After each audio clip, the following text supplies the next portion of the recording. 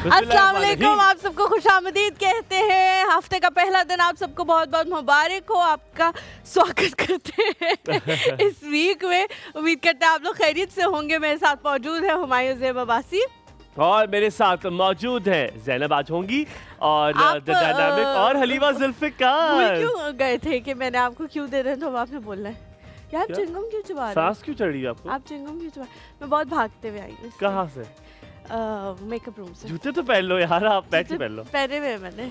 अच्छा, कहते हैं वो रास्ते तर्क करता हूँ वो मंजिल छोड़ देता हूँ। अच्छा, वो रास्ते तर्क करता हूँ वो मंजिल छोड़ देता हूँ, जहाँ इज्जत नहीं मिलती वो महफिल छोड़ देता हूँ। वाह वाह वाह वाह। मुझे मांगे हुए साए हमेशा धूप लगते हैं। मैं सूरज के गले पड़ता हूँ, बादल छोड़ देता हूँ। ताल्लुक यूं नहीं रखा, ताल्लुक यूं नहीं रखा, कभी रखा कभी छोड़ दिया। मैं जिसे छोड़ता हूँ उसे मुसलसल छोड़ देता हूँ। वाह वाह वाह वाह वाह वाह। क्या बात है, क्या बात है, क्या बात है। बेहतरीन बेहतरीन। अच्छा जी, एक पब्लिक सर्विस मैसेज है वो यहाँ पे मैंने देना था कुछ ऐसा पहले, हम लोगों ने नहीं थी, उन्होंने कैंप 2 का। यार ये कितना बदतमीज इंसान है, मेरी IFP ना लगने का ये फायदा उठा रहा है। प्रॉमिस कैंप 2 का है तभी हुआ हूँ। झूठ बोल रहे हो। वो देखो कैंप 2 हुआ है। उन्होंने मजबूरी में काट दिया होगा कि तुम वहाँ चले गए। अच्छा जी, एक पब्लिक सर्विस मैसेज पिछले दिनों हमने यहाँ पे बात की थी एक इंसिडेंट के हवाले से। मोटरवे पुलिस और एक खातून के दरमियान जो इंसिडेंट हुआ था, उसके बाद एक और इंसिडेंट की वीडियो भी आ गई थी जो उससे भी ज़्यादा नाजेबा और बदतमीज़ थी। पिछले दिनों मुझे इत्तफाक हुआ कि मोटरवे पुलिस ने रोका तो मैं रुक गई और मैंने सोचा कि आज तो नहीं हो? नहीं सुनो ना, मैंने सोचा कि आज मैं देखूंगी इन लोगों का बिहेवियर ना, मैं इनको थोड़ा सा जज करूंगी और थोड़ा सा मैं इनको देखूंगी कि ये क्या करते हैं। तो वैसे जर्नली ये होता है कि जब वो आपसे मांगते हैं आपका लाइसेंस, तो मुझे डर लगता है कि अब होगा चालान, तो मैं कहती हूँ कि क्या क्या मैंने किया है ना, मैं देती नहीं हूँ लाइसेंस। मैं कहती हूँ क्या किया है ना मैंने, आप ऐसे ही मुझे माफ़ कर दें, लाइसेंस है कि आपने क्या करना है ना, मैं नहीं देती। लेकिन इस दफ़ा जैसे ही उन्होंने मुझसे लाइसेंस मांगा तो मैंने उनको लाइसेंस दे दिया। तो मैंने सोचा क्या होगा, मैं एक एक्सपेरिमेंट करके देखती हूँ, ज़्यादा से ज़्यादा 500,000 का चलान कर देंगे, क्योंकि काफ़ी सारी चीज़ें मेरी कंप्लीट थी। ओवर स्पीडिंग मैं नहीं कर रही थी, बेल्ट मैंने पहनी हुई थी, एक ही चीज़ थी जिसका मुझे ख़तरा था। तो फिर थोड़ी देर के बाद उन्होंने मुझे कहा कि मैडम आपकी जो गाड़ी के शीशे हैं वो हैं काले। उस पे चलान बहुत ज़्यादा होता है। ठीक है, अच्छा तो अब मुझे पता लग गया कि चलान अगर इन्होंने किया तो ज़्यादा क्या। मैंने कहा देखें ये ना असल में काले इतने हैं नहीं, मैंने शेड उतारा और मैंने उनको दिखाया कि काले इतने नहीं है, इसमें से बंदा नज़र आ जाता है, लेकिन गर्मी इतनी ज़्यादा है और मेरी गाड़ी है 660 सीसी, अगर उसमें शेड्स ना लगाए हुए होना तो फिर बेचारा AC इतना काम नहीं करता, तो इसलिए मैं शेड्स लगा के रखती हूँ और कभी कभी डबल शेड भी लगा देती हूँ जब जून जुलाई वाली गर्मी होती है। तो उसमें हंसना शुरू हो गया, उन्होंने मुझे लाइसेंस वापस किया और मुझे कहा अच्छा चलें ठीक है बेटे आप जाएँ। और मुझे इतना अच्छा लगा, लिटरली काफी बूढ़े थे वो, फिर भी आप बेटा और उन्होंने मुझे कहा बेटे ठीक है आप जाए। और उन्होंने मुझे कहा क्या ये बात आप मुझे पहले बता देती। मैंने कहा आपने तो पूछा है कि कुछ पूछा ही नहीं था, मुझे क्या पता किस चीज पे चला। निकला चुआ बिल्कुल बता दिया, मुझे लगा तुम्हें ज्यादा चलान किया होगा। ये स्टोरी मैंने सिर्फ इसलिए बताई है कि उनका जो बिहेवियर था वो इतना जबरदस्त था कि मैं हैरान रह गई, वरना मैं उनके साथ हमेशा बहस करती हूँ कि आपने क्या करना है, मेरा लाइसेंस छोड़े ना, बस रहने दे। है वो कहते ना छाछ का जला दूध का जला छाछ भी फूंक। हाँ, दूध का जला छाछ भी फूंक हो सकता है पहले के डरे में। लेकिन मैं जिस तरह से उनसे बात करी थी, उन्हें पता था कि बदतमीजी करने वालों में से तो नहीं है, और वो भी जिस तरह से मुझसे बात करे थे मुझे भी पता था। लेकिन ये मैं एक experiment as a raw person करना चाहती थी कि वाकई ही जो हमें वीडियोस दिखाई जा रही हैं कि वो लोग पहले बदतमीजी करना शुरू करते हैं और फिर हम जब बदतमीजी करने लगते हैं तो वो सही हो जाते हैं क्योंकि उनको पता लग जाता है कि वीडियो बनने लगी है। तो मेरे हिसाब से ये एक्सपेरिमेंट जो है मेरा 100% सही साबित हुआ। अच्छा हलीमा, आज क्योंकि मैंने आई थॉट कि आज हम बात करेंगे ओवर थिंकिंग के बारे से, ठीक है कि जो लोग ज़्यादा सोचते हैं, कभी कभी मरहले होते हैं, कभी कभी हम जिंदगी किसी हिस्से में ज़्यादा सोचना शुरू हो जाते हैं, कभी कभी किसी खास चीज़ों के बारे में हम ज़्यादा सोचना शुरू हो जाते हैं। कुछ लोग होते हैं जो हर वक्त हर बात के बारे में बहुत ज़्यादा सोचते हैं। What kind of person you are? आप किस तरह की इंसान है, क्या आप बहुत ज़्यादा सोचती हैं? नहीं, मुझे नहीं लगता। मैं किसी खास इवेंट के हवाले से आप कह सकते हैं कि हाँ वो इवेंट आने वाला है, वो शादी आने वाली है। ज़्यादा नहीं, वो शादी आने वाली है, वो ईद आने वाली है, वो फलान दिन ये होने वाला है, इस दिन गैदरिंग है, तो क्या पहनना है, क्या मतलब मुझे होता है कि हर चीज़ परफेक्ट और उस तरह की हो। पहले ज़्यादा सोचती थी पहले या कभी भी नहीं? You were never overthinker? I think I was never over. कभी भी नहीं थी. I was never. अच्छा मैं पहले नहीं था, but now I am an overthinker. आप हो? Yes, now I am an overthinker. क्यों आपको क्यों लगा है कि आपके अंदर ये बदलाव जो है वो क्यों आया? क्योंकि मुझे लगता है बड़ा डेंजरस बदलाव. अच्छा अब मैं ओवरथिंकिंग इसलिए करना शुरू हो गया हूँ क्योंकि मुझे वैसे मैं पहले से था, बहुत टाइनी सा था. अब मैं हर चीज़ के बारे में बहुत सोचता हूँ. जैसे कि आपने अगर याद हो आपको, मेरी ट्रेट है. मेरी एक ट्रेट ये है कि जैसे मैंने आपको कपड़ों का बताया कि मैं लेता हूँ तो मैं पहले सारा देखता हूँ, फिर देखता हूँ, फिर दैट्स एन ओवरथिंकिंग की आपको लग जाता है कि ये बंदा ओवरथिंकर है. दूसरा जो मैं ओवरथिंकिंग करता हूँ, मैंने एक सनब्लॉक लेना है, 2 दिन हो गए. आई एम थिंकिंग ये वाला लूँ, ये वाला ना लूँ. फिर मैं उसका अब थोड़ा सा, अब मैं आज सिर्फ एनालिसिस मैंने नहीं लिया कि मैं आज पूरा दिन एनालिसिस करूँगा कि मैं वो लूँ कि ना लूँ आज रात को. हुमायूं रियली यार, मुझे नहीं पता था ये. यस इट्स वेरी एक्सपेंसिव, वो बहुत महंगा है, तो कह रहा हूँ कि इस पर इन्वेस्ट करूँ कि ना करूँ. अच्छा जैसे कि मत करो, ना करूं. अच्छा चलो क्योंकि मैं एक सनब्लॉक इस्तेमाल करती हूँ जो कि पाकिस्तानी ब्रांड का है and it is very very cheap as compare to Humayun. तो जो एक्वा टाइप नाम से इसका सोलर मैक्स. अच्छा वो कर ठीक है, और बहुत ही ज़्यादा वो चीप है एज कम्पेयर टू जो हुमायूं लेते हैं सनब्लॉक. और मुझे लगता है कि ये वाला जो मैंने इससे महंगे सनब्लॉक भी इस्तेमाल किए हुए हैं, लेकिन I am stick to this sunblock for past 1 year.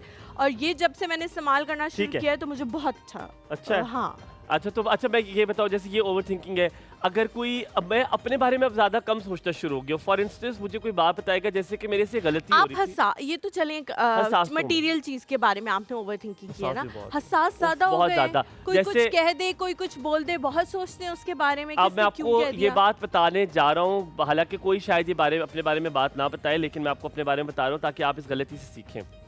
मैं किसी इंसान को बुलाता था, आपको बहुत दुख होगा, और मुझे इतने 3-4 दिन से मेरे बड़े बुरे दिन गुजर रहे हैं. मैं उसे कहता था, मैंने कहा यार बात सुनो, इधर आओ. मैं उसे जब भी बुलाता वो 2-3-4 मिनट लगाता. मैंने कहा यार आई एम एज ऑफिसर, मैं जैसे बुलाता हूँ इसको 4 पहले सोचता है, फिर किसी से बातें करता है.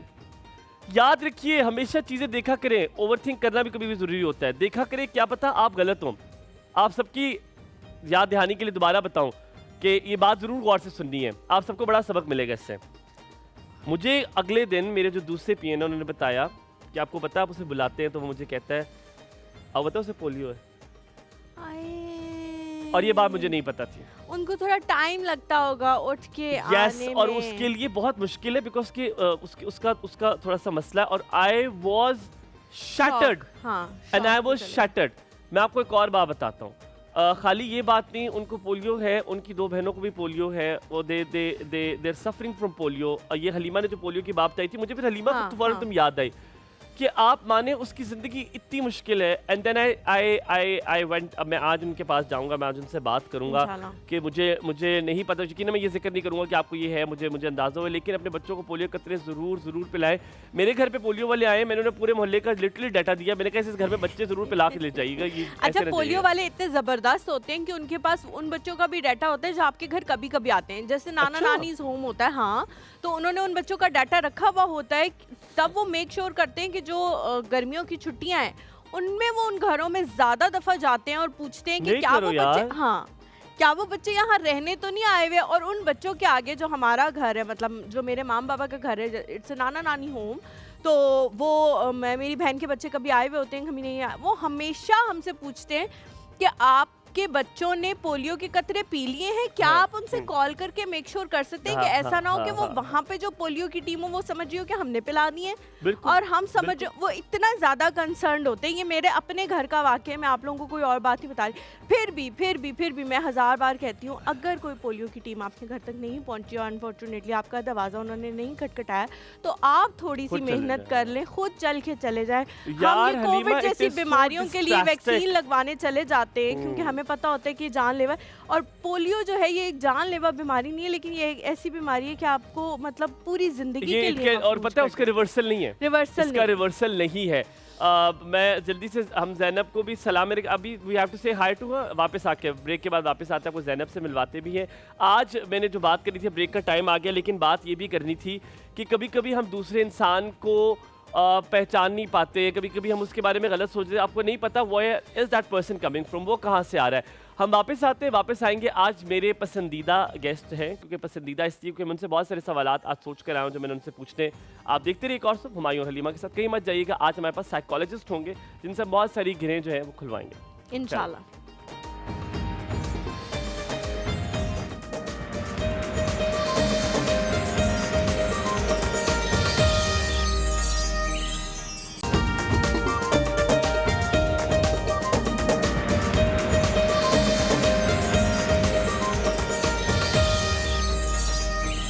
Welcome back to the show. एक बार फिर से आप लोगों को एक और सुबह में खुश आमदीद कहते हैं। सबसे पहले ज़ैनब की तरफ चलते हैं और ज़ैनब से पूछते हैं कि उनका क्या हाल चाल है, क्या बना रही हैं। उसके बाद जी हम अपने गेस्ट की तरफ चलेंगे।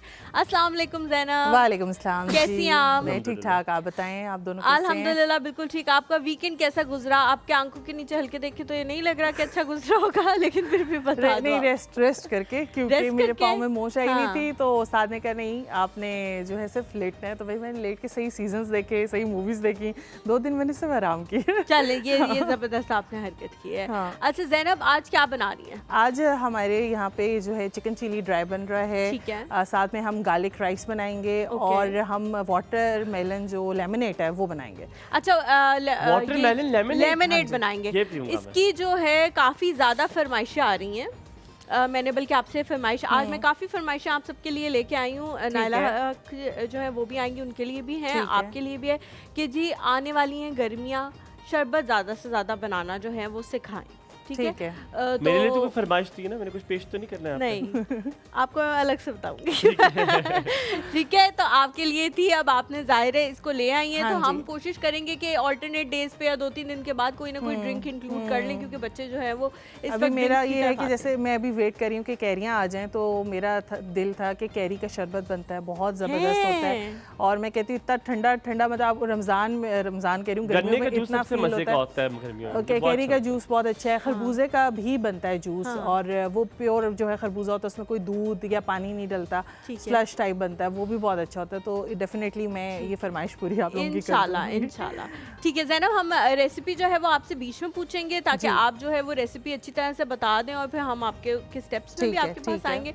अब हम अपने गेस्ट की तरफ चलते हैं। आप लास्ट में क्यों बैठे हुए? नहीं, मैं लास्ट में बैठा हुआ, आप मुझे बताओ। अच्छा, हम अपने मेहमान को अब दावत देंगे जो आज हमारे साथ मौजूद है। मैं आज am really excited to talk to him because उनका बड़ा वास्ट एक्सपीरियंस है। उन्होंने कायद-ए-आज़म यूनिवर्सिटी से MSc ऑर्गेनाइजेशन साइकोलॉजी किया, फिर उसके बाद आपने जो है इस्लामिक इंटरनेशनल यूनिवर्सिटी से MSc क्लिनिकल साइकोलॉजी किया। आप क्लिनिकल साइकोलॉजिस्ट भी हैं, और ना कि सिर्फ ये, आपकी एक अपनी NGO भी है, एक ऑर्गेनाइजेशन है जिसे वेलनेस के नाम से जाना जाता है, and this organization house of wellness के नाम से जाना जाता है। और ये ऑर्गेनाइजेशन जो है वो ट्रीटमेंट करती है बहुत सारी चीज़ों के हवाले से। ऑर्गेनाइजेशन डेवलपमेंट के बारे में भी वो बात कर सकते हैं, और बहुत सारी चीज़ों के बारे में वैसे बात करेंगे जो शायद हम बात करना चाहते हैं, मुझे work life balance as well, कैसे म्याना रवि इख्तियार की जा सकती है पर्सनल और प्रोफेशनल लाइफ में। इन सारी बातों के बारे में आज बात करेंगे। हमारे साथ मौजूद हैं, आपका नाम है डॉक्टर यासिर मसूद। अस्सलाम वालेकुम। वालेकुम अस्सलाम। कैसे हैं डॉक्टर साहब? आई एम गुड जी, thank you. Pleasure, sir pleasure, thank you very much for coming. Please have a seat. कैसे आप तबीयत? मैं बिल्कुल ठीक हूं, सबसे पहले तो thank you so much for coming. Humayun को बार-बार आपको देख के लग रहा है कि शायद आपने उनको पढ़ाया हुआ है, लेकिन शायद कोई, लेकिन करीब पढ़ा सकता है। लेकिन करीब थे हम, बहुत करीब थे। पढ़ाते शायद मेरी बचत होगी। अच्छा आप बच गए। मैं बच गया। पहला सवाल हम चाहेंगे आपसे पूछेंगे, और आपने आज के मौसम को रेट करना है। आपके लिहाज से आज का मौसम कैसा है? आज का मौसम या आपका मौसम? आप दोनों कर सकते हैं। आप 10 में से नंबर देते हैं। क्योंकि ये दो फर्क है ना, जब आप मायरे नफ्सियात से बात करते हैं ना, तो मौसम तो बड़ा सब्जेक्टिव है। मौसम बहुत अच्छा था। वैसे ड्राइवर ने पूछा कि जी मेसी चला दें या ना चलाएं, और उसमें मैं थोड़ा सा घूमा में था, तो इसका मतलब ये है कि ये मौसम पेट्रोल भी तो बहुत महंगा हो गया। आपने कहा ना ही चलाओ, शीशे ही थले कर लेना। नहीं, गाड़ी आपकी थी तो हमने कहा कि चला दीजिए। अच्छा डॉक्टर साहब, बहुत सारे लोग जो हैं वो कहते हैं कि साइकोलॉजिस्ट से जब बात कर रहे होते हैं, इवन घर के लोग भी, कजिन्स भी, समथिंग लाइक दैट, तो वो बड़ा डरते हैं कि साइकोलॉजिस्ट जो है वो आपको बड़ा पकड़ लेते हैं, आपके बारे में बड़ा जान लेते हैं, आपकी किसी बात से ही उनको पता लग जाता है कि आप क्या सोच रहे हैं। मेरे एक मामू थे, अब तो वो हयात नहीं है, लेकिन साइकोलॉजिस्ट नहीं थे, लेकिन उनकी तालीम इस हवाले से बहुत ज़्यादा थी, पढ़ते बहुत ज़्यादा थे। तो वो कभी कभी आप उनसे बात कर होते थे, वो आपको ऐसे देख रहे होते थे और थोड़ी देर बाद ना उनके मुंह पे एक मुस्कुराहट आती थी, मतलब वो किसी नतीजे तक डायग्नोसिस हो गया, डायग्नोसिस हो गया। तो वो बड़ी एक अजीब सी चीज़ लगती है। ऐसा होता है आपके साथ? अच्छा देखिए, किसी हद तक ये बात दुरुस्त इसलिए है कि हम इंसानी रवैयों को जांचने और परखने की महारत हासिल करने की कोशिश करते हैं। तो रवैये क्या हैं, गुफ्तगू का अंदाज़, नशिस्त व बर्खास्त का अंदाज़, अल्फाज का इंतखाब, बॉडी लैंग्वेज, फेशियल एक्सप्रेशंस, ये सारी चीज़ें आपकी शख्सियत की आईनादार होती हैं ना। तो एक राय तो कायम हो जाती है, और वो अच्छा वो हर शख्स की होती है। आपकी राय अभी तक मेरे मुतालिक कायम हो चुकी होगी, लेकिन मेरी आपके मुतालिक जो कायम होगी उसमें सिर्फ एक स्किल का लेवल जो होगा वो डिफरेंट होगा। तो शायद कोई दावा नहीं है, मेरी राय ज़रा ज़्यादा ऑब्जेक्टिव हो, ठीक है, मारूजी हो, आपकी राय में थोड़ी सी personal biases, subjectivity, I don't know whether you like this kind of, so personal liking disliking भी होगी, ठीक है। सो उसमें हम सिर्फ इस चीज़ पे ट्रेंड होते हैं कि अपनी राय कायम करते हुए पर्सनल लाइकिंग और डिसलाइकिंग को थोड़ा सा सबसाइड करके राय कायम करें। डॉक्टर साहब, एक सवाल, मैं जब जब मैंने देखा आज आप इंशाल्लाह ताला यहाँ पर आपको मदऊ किया जा रहा है, आपसे बात होगी, तो एक सवाल बार बार मेरे जहन में गूंज रहा था। हम अक्सर जब कोई हमारे से कोई शेयर करता है कोई बात, मैं कल परसों एक पार्टी पे भी गया था, तो वहाँ पर एक खातून थी, मेरी दोस्त के साथ बहुत सारी पर्सनल चीज़ें शेयर कर रही थी, यानी कि पहली बार मुलाकात कर रहे थे। हमने फिर व्हाट्सएप ग्रुप हमारा जो है हम 3 दोस्तों का, उसने कहा कि यार why was she sharing with me, मैं तो पहली बार मिल रही थी। तो मैंने कहा शायद हो सकता है उनके पास कोई वेंट आउट करने के लिए ना हो, लेकिन नहीं, वो अपने सोशल मीडिया पर सारी बातें कर चुकी थी और बहुत पर्सनल बातें थी। तो मैंने कहा देखो, फिर मुझे उसकी बात भी समझ आई, कभी कभी आप भी रेडी नहीं होते कुछ सुनने के लिए, आप इमोशनली इतने स्ट्रांग नहीं होते, हो सकता है आप जो बता रहे हैं उससे मेरे अंदर बहुत नेगेटिविटी आ रही हो, मेरे अंदर डिप्रेशन आ रहा हो। तो हम जिन लोगों के इर्द गिर्द घूमते हैं, सवाल ये है कि क्या उनको भी हमें चूज करना चाहिए कि ये बड़ी खुदगर्जी होती है कि दोस्त कोई परेशान है और हर वक्त रोता रहता है, पर वो दोस्त तो है, साथ तो रहना है, तो क्या हमें ये चुनना है उन लोगों को? कितना अच्छा सवाल किया आपने, और वो मैं हमेशा कहता हूँ क्वेश्चंस आर द आंसर्स। सो आपके क्वेश्चन में ही आंसर है, यस ऑफ कोर्स, लाजमन हमें चूज़ करना होता है कि हमारे इर्द गिर्द रहने वाले लोग जो हैं वो एनर्जी डोनर्स हैं या एनर्जी सकर्स हैं। हमारी एनर्जी वाइब्स क्या हैं, एनर्जी ऑर्बिट्स क्या हैं जिनमें हम रह रहे होते हैं।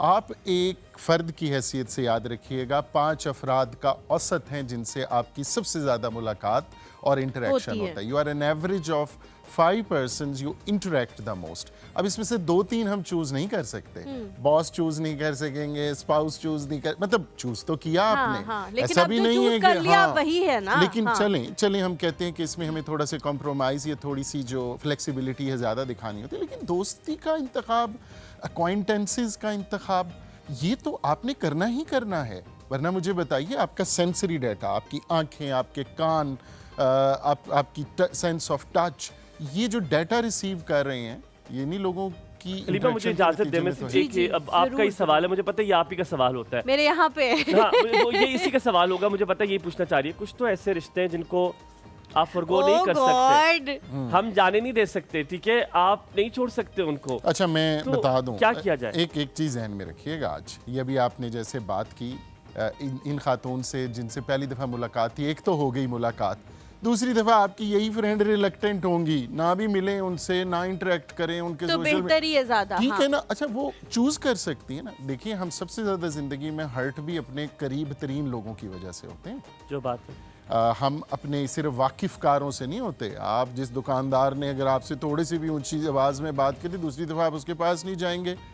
आप गाड़ी का मैकेनिक, आपसे कोई इधर उधर की पुराना मैकेनिक भी हो, 10 साल से काम करा रहे, लेकिन उसकी कोई एक बात बुरी लगेगी, आप उसके पास नहीं जाएंगे।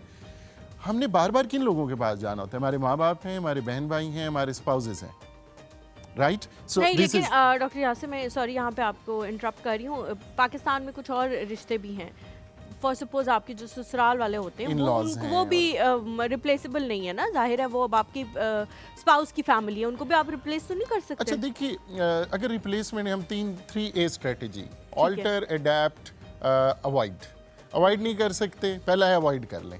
अवॉइड नहीं कर सकते तो ऑल्टर करें, नेचर ऑफ रिलेशनशिप ऑल्टर करें। ठीक है, मिसाल के तौर पर मिनिमाइज करें ना। मैं देखिए, मैं बड़ी मुझे कुछ सख्त बातें कहनी पड़ती हैं कि इवन आपके सिबलिंग्स और पेरेंट्स, अगर आपको लगे कि they have become a continuous source of toxicity, अब मैं कट ऑफ करने को तो नहीं कह रहा, मिनिमाइज करना पड़ेगा। अब अगर आप कहें कि नहीं नहीं मैंने गिव इन करना है, this relationship binds me to thee, it has to work, नहीं, बाज़ औक़ात इरिवर्सिबल मेडिकल कंडीशंस होती हैं। हम क्या करते हैं, हम कंजर्वेटिव मैनेजमेंट की टर्म यूज़ करते हैं मेडिसिन में। गॉड फॉरबिड टर्मिनल इलनेसेस जब होती हैं, शदीद पेन इन्फ्लिक्टिंग जो इलनेसेस होती हैं, उसमें फिर कंजर्वेटिव मैनेजमेंट होती है, सिर्फ सिम्टोमेटिक मैनेजमेंट हो रही होती है। फिर हम सर्जिकल ट्रीटमेंट नहीं करते, हम उसे मेडिकल ट्रीटमेंट नहीं करते कोई इंटेंस, तो हम अवॉइडेंस और ऑल्ट्रेशन की पॉलिसी पर जाते हैं। फिर अगर बिल्कुल कुछ ना कर पाए तो फिर अडेप्ट करना होता है, अडॉप्ट नहीं, अडेप्ट करना होता है, ख़ुद को ढालना पड़ता है, दूसरों को अपनी तवक्कुआत के मुताबिक ढालने की कोशिश करनी होती है, जो कि ज़रा थोड़ा सा मुश्किल दिक्कत है। It is, let's not put it, categorize it in this way. These are three alternate strategy, और at times एक ही सिचुएशन में आप तीनों स्ट्रेटजीज वेरी करके भी यूज़ कर सकते हैं। It is like a tool box. देखिए, मेरा बॉस है, मैं उसको जनरली अवॉइड करता हूँ, लेकिन अगर कभी 3 दिन के लिए उसके साथ ट्रैवल करना पड़ गया तो क्या करेंगे आप, फिर मुझे ऑल्टर करना पड़ेगा, ठीक है, अडेप्ट करेंगे आप थोड़ी सी उसकी तारीफें शरीफें जरा थोड़ी सी ज्यादा करेंगे ताकि इसके मूड को उसके मूड को आप मैनेज करें, आप अपने रिस्पॉन्सेज को मैनेज कर सकते। सो अब लेकिन हम चेंज हो सकते हैं, उम्र के किसी भी मरहले पे चेंज हो सकते हैं। और मज़े की बात ये भी मफरूज़ा गलत है कि जी बच्चे क्विक लर्नर होते हैं, अब इस एज में मैं क्या करूं, मुझे जैसे आजकल मैं सोच रहा हूँ मैं एक नई लैंग्वेज सीखूं, और actually I am planning it with my wife, because we know कि हमारी न्यूरो कॉग्निटिव इलास्टिसिटी के लिए, हमारी डिमेंशिया या फॉरगेटफुलनेस जो नर्व डिजेनरेशन के नतीजे में आता है, लाइफ के डेवलपमेंट के साइकिल्स हैं ना, स्टेज है ना। अब हम जब हम 50-60s में जाएंगे तो नर्व डिजेनरेशन होगी, उसको रोकने के, कंटेन करने के लिए, अरेस्ट करने के लिए मुझे नए स्किल सीखने की जितनी ज़रूरत अब है, पहले नहीं। मैं कॉग्निशन की बात भी हम कर सकते हैं, हम क्लासिकल कॉग्निशन, हम बहुत से साइकोलॉजिकल टर्म्स की बात कर सकते हैं, लेकिन मैं आपको दोबारा वहाँ लेकर जाऊँगा जहाँ पर आज आवाम सुन रही है और वो जानना चाहती है अपने मसाइल का हल। तो मैं आपको दोबारा वहाँ लेकर जाऊँगा। एक सवाल है, अब वो मैं किस तरह आपके सामने पेश करता हूँ वो ज़रा थोड़ा सा मेरे लिए मुश्किल काम है। हमें कोई कुछ कह देता है, फॉर इंस्टेंस हलीमा को किसी ने कुछ कह दिया, अब हमने उसको जवाब नहीं देना, क्योंकि शायद कभी कभी रिश्ता ऐसा होता है, कभी कभी मोहब्बत इतनी ज़्यादा होती है कि आप नहीं कहते। मैं पहले कॉलर ले लेता हूँ, बिकॉज ये सवाल बड़ा मेरे लिए अहम है और मैं ज़रूर पूछना चाहूँगा। सायरा हमारे साथ हैं। अस्सलाम वालेकुम, सुबह खैर सायरा, कैसी हैं आप? कैसे हैं आप? बिल्कुल ठीक, आप सुनाइए, आपकी तबीयत कैसी है, आप अच्छी हैं? हाँ शुक्र है अल्लाह का, बस पहले तो काफी बीमार थी लेकिन अब सबकी दुआओं से बेहतर हूँ। अल्लाह ताला आपको सेहत दे, ये तो बहुत अच्छी खबर है कि आप बेहतर है अल्हम्दुलिल्लाह। क्या कहेंगी? और हलीमा भी आप कैसी हैं? मैं बिल्कुल ठीक हूँ अल्हम्दुलिल्लाह, अल्लाह का बड़ा शुक्र है।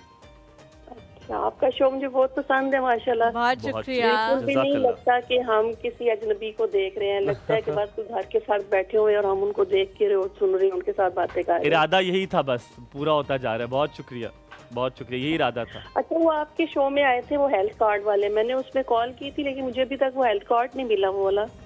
अच्छा। वो आपको कांटेक्ट हो जाएगा, हम उनसे दोबारा राब्ता करते हैं। बहुत शुक्रिया हमें बताने के लिए, ताकि हम उनसे ठीक है। आपने बड़े अच्छा किया कि हमें इस बारे में आगाह कर दिया। हम उनसे राब्ता करते हैं कि तमाम तर लोग जिन्होंने कॉल की थी उनसे कांटेक्ट कर लें और उनके साथ जो है अपने मामलात को देख लें। थैंक यू जी, थैंक यू। बहुत शुक्रिया। अच्छा डॉक्टर साहब, हमें कोई कुछ कह दे, दिल दुख जाता है, हम उसको कुछ कह नहीं सकते। इज्जत का रिश्ता, कभी प्यार इतनी ज़्यादा होता है कि आप नहीं कह सकते। कभी कभी कोई रिश्ते हमें तोड़ देते हैं, जैसे कि उन्होंने हमें छोड़ दिया। हम कभी कभी शादी होने लगती है, शादी टूट जाती है। कभी कभी मंगनी होने लगती है, मंगनी हुई भी होती है, मंगनी टूट जाती है। कभी कभी दोस्तियाँ होती है, दोस्तियाँ टूट जाती हैं। हम क्या करते हैं, हम अपने आप को दुख देते रहते हैं, हम अपने आप में कुड़ते रहते हैं, हम अपने आप को ख़त्म करते रहते हैं। इसका कोई क्या साइकोलॉजी में कोई तरीका है कि बीवी ने कुछ कह दिया, पूरा दिन पूरा ख़राब गुजरेगा? ये जनरली हर रोज़ हो रहा होता है। मेकअप आर्टिस्ट ने मुझे कुछ कह दिया, मेरा दिन ख़राब हो गया। ज़ैनब को मैंने कुछ कह दिया, ज़ैनब का दिन ख़राब हो गया। तो क्या ये कोई ऐसा गुर है कि आ जाए और हमें किसी की बात लगे तो बुरी न लगे और हम उसको एवेपोरेट कर? अच्छा, बाज़ औक़ात ना हमें जो मसला बड़ा नज़र आ रहा होता है ना, उसका हल बड़ा छोटा सा होता है, सादा होता है। हम ज़रा कॉम्प्लेक्स सॉल्यूशंस को ज़रा ज़्यादा देख रहे होते हैं। मुझे बताइए, कौन सा ऐसा रिश्ता है या ताल्लुक़ है जिसमें जज्बात के इजहार पर कदगन हो, या पाबंदी लगी हुई हो। अगर कोई ऐसा होता है जिसे कहें कि आउट ऑफ रिस्पेक्ट अब्बा को कुछ नहीं कह सका, अम्मा ने हर्टफुल रिमार्क्स दे दिया, सास ने कह दिया, नहीं, आपके जज्बात का, आपकी नागवारियत का, आपकी खुशगवारियत का जो आपके मिजाज में दर आई है किसी की बात सुनने पर, उसका इजहार आपका इस्तेहकाक है, आपका हक है, वो आपने करना है। करना कैसे है? ये स्किल है। आपने अपनी नागवारियत का एहसास ठीक चलाकर करना है। जिस तरह हम अपने बच्चों को ले लें, पहले एक छोटी मिसाल लेते हैं, अगर मदर सुन रही हैं, एक बच्चा बदतमीज़ी करता है या मिसबिहेव करता है, टेंट्रम थ्रो करता है, तो वालिदैन क्या करते हैं? वालिदा क्या करेंगी या वालिद क्या करेंगे? उतनी ही ऊंची आवाज़ में उसको डांटेंगे। दो बच्चे लड़ रहे हैं आपस में, अब्यूसिव लैंग्वेज यूज़ कर रहे हैं, मैं 90% ऐसा होगा कि वालिदैन जो हैं वो भी गलत स्वेरिंग होगी और वो गलत अल्फाज और लहजे का इंतखाब करेंगे। मैं हमेशा वालिदैन को कहता हूँ कि जब बच्चा बदतमीज़ी कर रहा होता है और आप उसको बदतमीज़ी पे डांटते हैं तो आप उससे ज़्यादा बदतमीज़ी करते हैं।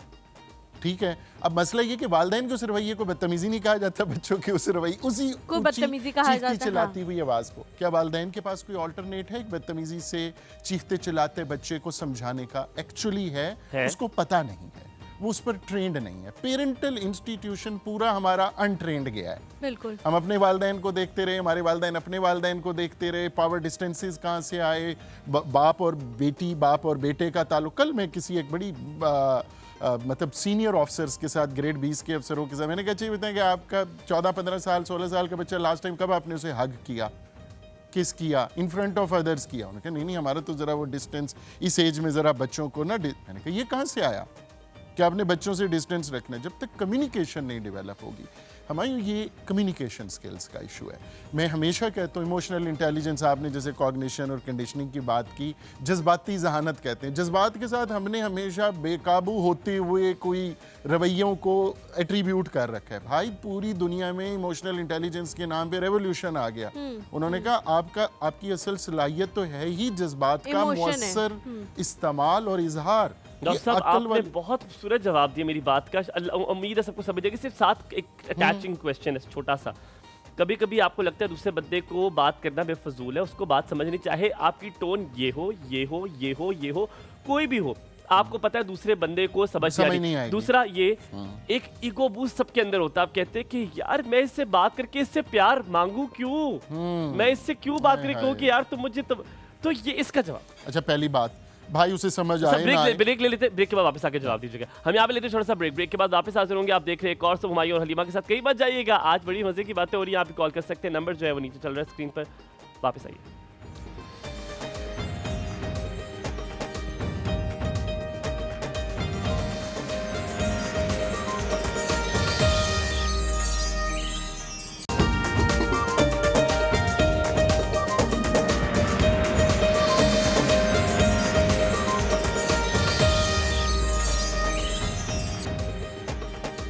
खुशामदीद कहेंगे एक बार फिर। आप देख रहे हैं कोर्स ऑफ हुमायूं और हलीमा के साथ। डॉक्टर साहब के पास जल्दी से आएंगे। डॉक्टर साहब ईगो बूस्ट होती है, मैं इससे क्यों बात करूं, अगर मैंने इससे बात की मैं इससे प्यार मिन्नत करके क्यों मांगूं, और अगर ये भी नहीं है यार इसको कोई बात समझ आती नहीं क्योंकि मैं 200 दफे ऐसी बात समझा चुका हूं, फिर आप कहते हैं यार ये मेरा ख्याल है लातों के भूत बातों से नहीं मानते। तो ये सारी दोनों बातें, दोनों का मैं अलग जवाब दूं। एक तो ये कि अगर दूसरे को बात समझ नहीं आ रही फिर भी इजहार कीजिए, अपने सिस्टम से तो निकालिए ना। आप देखिए ना कि कम्युनिकेशन दो तरफा मामला है ना। एक है सेंडिंग, प्रोसेस ऑफ सेंडिंग, एक है process of receiving end understanding. Receiving end understanding पे आपका कंट्रोल नहीं है, सेंडिंग या नॉट सेंडिंग पे तो है। अगर आपके सिस्टम से ही नहीं निकलेगा तो फिर तो वो एको करेगा, फंस गया कहीं आपके अंदर। और डाल ले बात यहीं पे, अगर सास को कह दिया, फॉर सास को कह दिया, सास ने देखा आई फिर मेरे पास ही ना। हाँ, अगर ना कहा तो क्या सास की आपके मुतालिक राय तब्दील हो जाएगी और कहेगी कि कितनी इसके तो ये तो फरिश्ता सिर्फ मेरी बहू आई, मैं कितनी खुशकिस्मत हूँ। ये जुमला भी उसे सुनने को कभी नहीं मिलेगा। So let's try. मैंने कहा ना कि कहने का अंदाज क्या है कि अम्मी मैं बिल्कुल ठीक है आपने जो बात कही, मैं कोशिश करूँगी समझने की, लेकिन मुझे थोड़ी सी तकलीफ हुई है सुन के। मिसाल के तौर पर मैंने अभी ऐसी एक पॉलिटिकल सी एक स्टेटमेंट दे दी, कोई इस तरह का जुमला, अल्फाज का इंतखाब, एक्सप्रेशन जो आपकी जो नेगेटिव फीलिंग्स हैं उनका इजहार भी कर दे और आपके अंदर से, आपके सिस्टम से निकाल दे। वरना आप अपने अंदर जब रखते हैं इसको नफ्सियात में, फिर मुश्किल इस्तिलाहें हैं, अल्फाज हैं, रिग्रेशन कहते हैं, रिप्रेशन कहते हैं, फिर तो आपने अपना तहखाना खोला एक लाशऊर का और उसमें दफन कर दिया। फिर एक होला, वो आपके शऊर से ज़्यादा आपके लाशऊर में आपकी दबी हुई ख्वाहिशात। और पता है क्या, उम्र के ख़ास हिस्से में, आप इससे पहले आपने वो सवाल किया था कि अब कुछ नहीं हो सकता, मेरी तो ज़िंदगी तबाह हो गई, मैं तो इस घर में, मैं तो तुम्हारे बाप के साथ रही तुम्हारी वजह से हूँ। नहीं भाई, बच्चों को ये सुनने में अच्छा नहीं लगता कि मैं जी इस जहन्नम में जो कि ससुराल का जन्म था। वो मेरी ऐसी माएँ अपने बच्चों को आने वाली ज़िंदगियों में ये कहती हुई पाई जाती हैं, इसलिए कि वो अपने सिस्टम से निकाल नहीं सकती। दूसरा, हमायूं ने जो बात की कि जी मेरी ईगो, देखें ईगो तो है ही मसला। मैं कहता हूँ ईगो या ईक्यू डिसाइड कर लें, या तो ईगो काम करेगी या ईक्यू काम करेगा। अच्छा, अब इमोशनल कोशेंट या इमोशनल इंटेलिजेंस, जज्बाती ज़हानत। अब ईगो का मसला मुझे तो कभी समझ नहीं आई, मतलब इजहार अल्फाज के ज़रिए भी होता है और गैर अल्फाज बॉडी लैंग्वेज के ज़रिए भी। अगर आपको किसी की मोहब्बत, तवज्जो और प्यार चाहिए, भाई इजहार के बगैर कैसे पता चलेगा। मैं मैरिटल थेरेपी में मेरा बड़ा टाइम गुजरता है, ख़वातीन का मसला ही है। देखिए, मेरी इतनी तबीयत ख़राब थी और मेरे शौहर ने उठ के पानी भी नहीं पूछा। मैंने कहा भाई तुमने पानी मांगा इसलिए कि हमारी हलीमा मुझे मारेगी। डॉक्टर साहब मुझे सिर्फ ये बता दें, अगर किसी को आपकी मोहब्बत का, आप इतनी मोहब्बत उसे बगैर मांगे दे रहे हैं, अगर आपको मांग के देनी है ऐसी मोहब्बत पे, तो फिट्टे मुंह। देखिए मेरी बात सुने, आपने तवक्को कायम कर ली ना कि आप जिस मोहब्बत के तस्वुर से आशना हैं, जो बिन कहे वो भी उससे होगा। भाई वो एक different parental institution, societal institution, उसकी पेरेंट्स डिफरेंट, उसकी नेबरहुड डिफरेंट, उसका जेंडर डिफरेंट मोस्ट लाइकली, अगर तो आप रोमांटिक और उस रिलेशनशिप की बात करें, वो एक डिफरेंट स्कूल ऑफ थॉट से एक ट्रेन होकर ब्रॉट अप हुआ है एक फर्द। ठीक है, अब जनरेशन गैप, मैं बड़े खुल के ये बात करता हूँ और जो आपके नाजरीन हैं वो खुश होंगे ये सुन के। मैं दिन में 5 सेशन कर लूँ ना पेरेंटल गाइडेंस के, पेरेंट्स आते हैं बच्चों को कैसे मैनेज करें। शाम को जाऊँगा ना, मेरी 19 ईयर्स ओल्ड डॉटर कहेगी बाबा आपको क्या बता, पापा आपको तो मेरी बात समझ आ ही नहीं सकती। अब चाहे लेकिन क्योंकि जनरेशन गैप्स का स्पेशलिस्ट नहीं, एक खास जो है एज ग्रुप होता है जिसे टीन एज कहा जाता है, जो बड़ी खतरनाक होती है। उसमें बच्चों को अपने माँ बाप की हर बात बुरी लग रही है, जनरेशन गैप है, हर बात उनको लग रहा होता है ये तो बिल्कुल बेवकूफ लोग हैं, कुछ समझ नहीं आ रहा। एज के बाद बुरी लगना शुरू हो जाती है, एक खास एज में नहीं, एक टाइम आता है आपको लगता है कि ये मैं ज्यादा जानता हूं, कम जानता है। सिर्फ टीन एज एक ऐसी खतरनाक, मुझे लगता है कि एक ऐसी खतरनाक, उससे पहले भी बच्चा अपने माँ बाप के कंट्रोल में होता है और उसके बाद वो समझ जाता है कि मेरे माँ बाप अच्छे इंसान हैं। जब शादी हो जाती है, अपने बच्चे होते हैं तब अपने नहीं ऐसी बात नहीं है। अभी डॉक्टर की बात सच है कि नहीं? जितने भी आई रिजर्व माय कमेंट्स, एक नाराज हो जाए। जितने भी रिलेशनशिप्स हैं, आपने कहा 2 अलग मुख्तलिफ इंसान हैं। बाज़ औक़ात आप अपने घर में ही अपने सिबलिंग्स के साथ एक ही ब्रॉटअप के अंदर पले बड़े होते हैं, पर्सनैलिटीज़ बिल्कुल डिफरेंट है, बिल्कुल डिफरेंट। आपको यकीन ही नहीं आता कि ये इसकी बहन है, ये इंसान इतना अच्छा और ये बहन इसकी है, या ये बहन इतनी अच्छी और ये इतना निकम्मा नालायक भाई इसका है। समझ नहीं आता आपको इसकी क्या रीज़न है। क्या ये भी पेरेंटल कोई फॉल्ट है हमारा, या पर्सन टू पर्सन खुद भी वेरी करता है कि आप अपने हालात से लड़ के एक मुख्तलिफ इंसान बन जाते हैं, और आपका जो बहन भाई है वो उन्हीं मिजरीज़ में रहना चाहता है, वो उन्हीं हालात में रहना चाहता है, और हर चीज़ का जो हम फिर एंड में आके जब हमने किसी के ऊपर थोपना होता है तो हम कहते हैं हमारे साथ तो हुआ ही गलत है, हमें तो कभी मौका ही नहीं मिला, हमारे बहन भाइयों को मिल गया, हमें नहीं मिला। अच्छा देखिए, 2 बातें हैं। एक तो हमारे एक माहिर नफ्सियात थे एडलर साहब, उन्होंने पूरी शख्सियत की जो थ्योरी दी वो सिबलिंग ऑर्डर पे दी। बड़ा बच्चा, दरमियान वाला बच्चा, सबसे छोटा बच्चा, इनकी पर्सनैलिटी डिफरेंट होती है क्योंकि जो पेरेंट्स होते हैं ना वो अपनी पेरेंटिंग के लाइफ साइकिल के डिफरेंट हिस्सों में होते हैं। पहला बच्चा एक्सपेरिमेंटल लैब होता है, दूसरा बच्चा अपने पेरेंट्स से भी ट्रेन हो रहा होता है लेकिन उसके साथ एक बहुत कमीना सा प्लेमेट भी आ चुका होता है क्योंकि वो बड़ा सिबलिंग जो है वो उसमें थोड़ी सी वो होती है ना, टायर नहीं होता। अच्छा, जो सबसे छोटा होता है उस वक्त तक खुल चुके होते हैं मामलात, पेरेंट्स नर्म हो चुके होते हैं। अच्छा, ग्रैंड पेरेंट्स भी ट्रेन हो चुके होते हैं, फिर उनको पता भी होता है ये मोस्ट लाइकली हमारा आखिरी बच्चा है, तो उसको तवज्जो प्यार जरा ज्यादा मिल रही है। इसलिए छोटे बच्चे बड़े खड़पैंच हमेशा कहा जाता है छोटा है, दे दो इसको चीज, छोटा अच्छा, है। और आप देखेंगे छोटे बच्चे थोड़े से ना, मतलब मैं I am proud of that, ज्यादा कॉन्फिडेंट होंगे, ज्यादा मतलब उनकी पर्सनैलिटी डिफरेंट, दैट्स इट।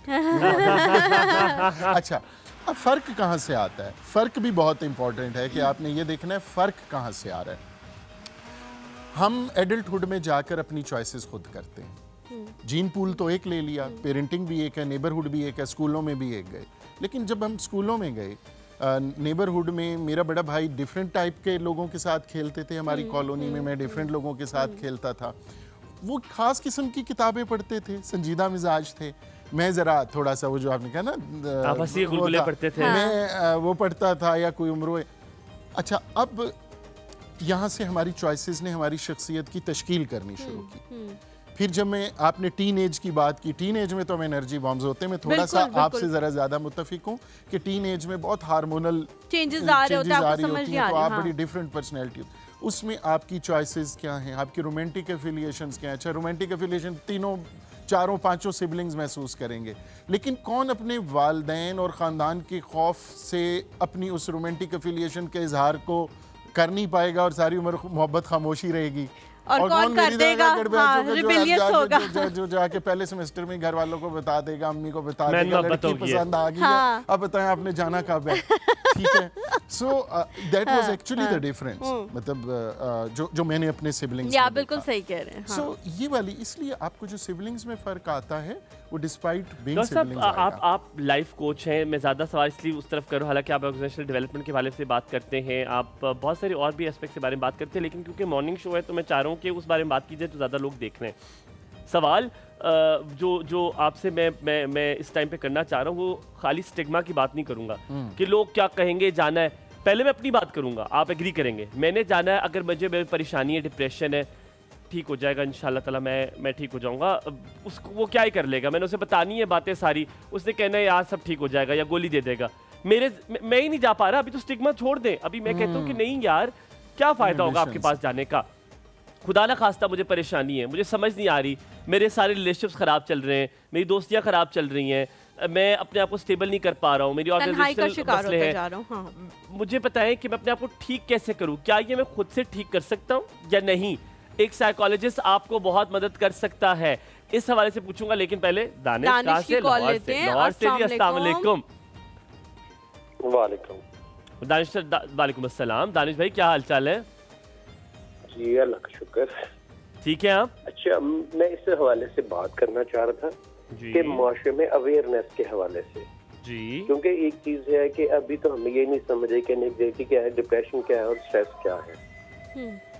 और अगर हमारे माशरे में अगर किसी को हम ये कहते हैं कि यार तेरे चेहरे से पता चल रहा है तुझे कोई स्ट्रेस है, कोई परेशानी है, तो कोई मानने को तैयार ही नहीं होता ना।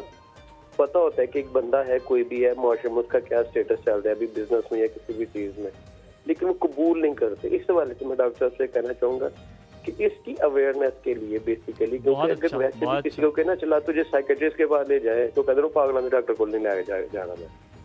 बहुत अच्छी बात की, बहुत अच्छा किया, बहुत मैं इसी के साथ अटैच कर देता हूँ। बहुत शुक्रिया दानिश। इस हवाले से जो अवेयरनेस है कि लोगों को कहा जाए कि बड़ी चीज नहीं है, सिर्फ आपकी काउंसलिंग होगी। एग्रीड। और मैं दूसरी चीज ये कहूंगा कि मेरे, क्योंकि हम प्रॉपर्टी का बिजनेस है तो बहुत ज्यादा अप एंड डाउन चलते हैं, तो लोग जाते हैं साइकियाट्रिस्ट के पास जाते हैं, तो बजाय काउंसलिंग के वो मेडिसिन दे देते हैं। ये भी बड़ा मायूब, ये भी बड़ा अहम सवाल है। दुनिया, दूसरी ममालिक में भी, दुनिया में भी मैं रह के आया हूँ, तो वहाँ पे बाकायदा काउंसलिंग करते हैं कि 1-1 घंटे का सेशन होता है, कोई भी ऐसा जो केस हो। लेकिन पाकिस्तान में क्या है कि कोई भी साइकियाट्रिस्ट मैंने लाहौर में नहीं देखा कि जो बैठ के काउंसलिंग करते, इवन बात नहीं सुनते पेशेंट की पूरी। अच्छा दानिश भाई, उसके लिए एक मेरा मशवरा है कि अब ये फील्ड्स 2 फील्ड्स में तब्दील हो गई हैं। साइकोलॉजिस्ट आ गए हैं और साइकेट्रिस्ट अलग हैं। जो साइकेट्रिस्ट हैं वो आपको दवाई दे सकते हैं पेशेंट को उसकी मर्ज के हिसाब से, लेकिन जो साइकोलॉजिस्ट हैं वो सिर्फ काउंसलिंग के लिए ही होते हैं। तो हमें असल में really? हाँ, हमें ये डिफरेंस क्योंकि इतना ज्यादा नहीं पता, हम लोग पहले स्टेप पे ही उनके पास दवाई लेने के लिए। मेडिकेशन मैं इसमें थोड़ा सा ठीक है, डॉक्टर साहब ज्यादा बेहतर जो है बता सकते हैं। Thank you. लेकिन मैं माजरत के साथ यहाँ पे करूंगा कि माजरत मैं एक बात अपनी कंप्लीट कर लूँ कि जो BS साइकोलॉजी फ्रेश आ रहे हैं हमारे BS करके, फिर वो स्पेशलाइज क्लिनिकल साइकोलॉजी में करके आ जाते हैं, तो उसको हम साइकियाट्रिस्ट कहेंगे, साइकोलॉजिस्ट कहेंगे। MBBS के बाद भी जो बनते हैं साइकियाट्रिस्ट, वो हर कोई कहता है कि मैं ही सारा कुछ हूँ। ये तो आपकी बात ठीक है, बिल्कुल हम डॉक्टर साहब से पूछते हैं। बहुत डॉक्टर साहब, ये जो हलीमा ने कहा हमारी भी आज ठीक कर दे, मुझे तो लगता है दोनों मेडिकेट कर सकते हैं। कर देता हूँ।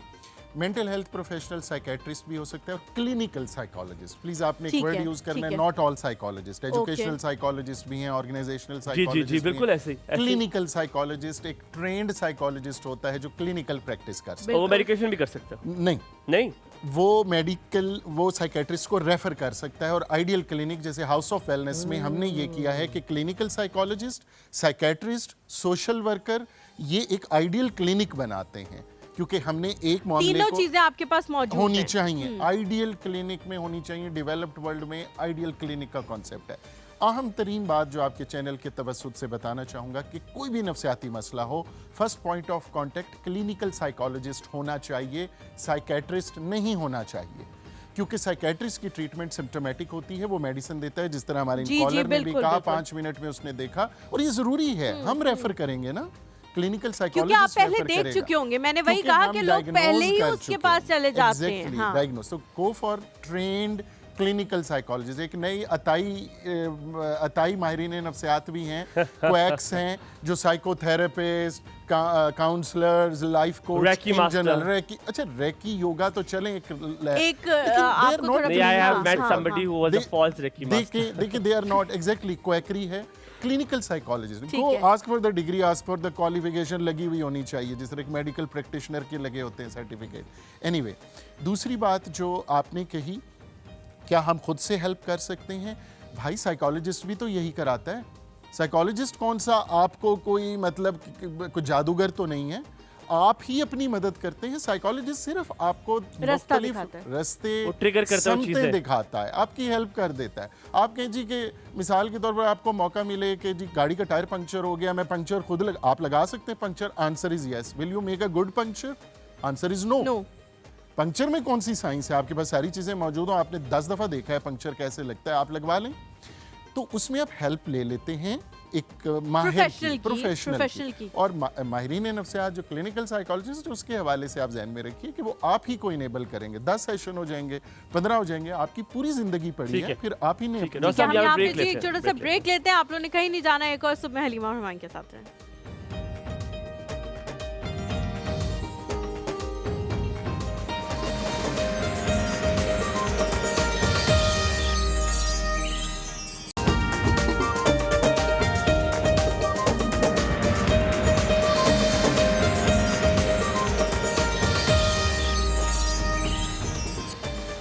जी welcome back to the show. हम लोग ज़ैनब के पास चलते हैं, देखते हैं कि ज़ैनब कहाँ तक पहुँची है। जी ज़ैनब, किधर तक पहुँची है? बस चिकन चिली ड्राई जो है वो बनाने लगी हूँ मैं। बनाने लगी हैं? और चावल कहाँ तक पहुँचे? पहले क्या बनाती थी, सब क्या कर रहे थे? मैं वाटरमेलन जो है वो ब्लेंड करी थी। हाँ। आपने 1.5 घंटे पे वाटरमेलन ब्लेंड? जी 1.5 घंटा नहीं गुजरा, 1 घंटा गुजरा है। 1 घंटा गुजरा है। और चावल बना लिए हैं। चावल मैंने बना दिए हैं। मुझे अंदेशा आज खाना टाइम पे नहीं बनेगा बच्चों। नहीं ऐसा हो ही नहीं सकता कि ज़ैनब खाना टाइम पे। बच्चों खाना मिलेगा टाइम पे? हाँ जी मिल जाएगा। मम्मा मिल जाएगा।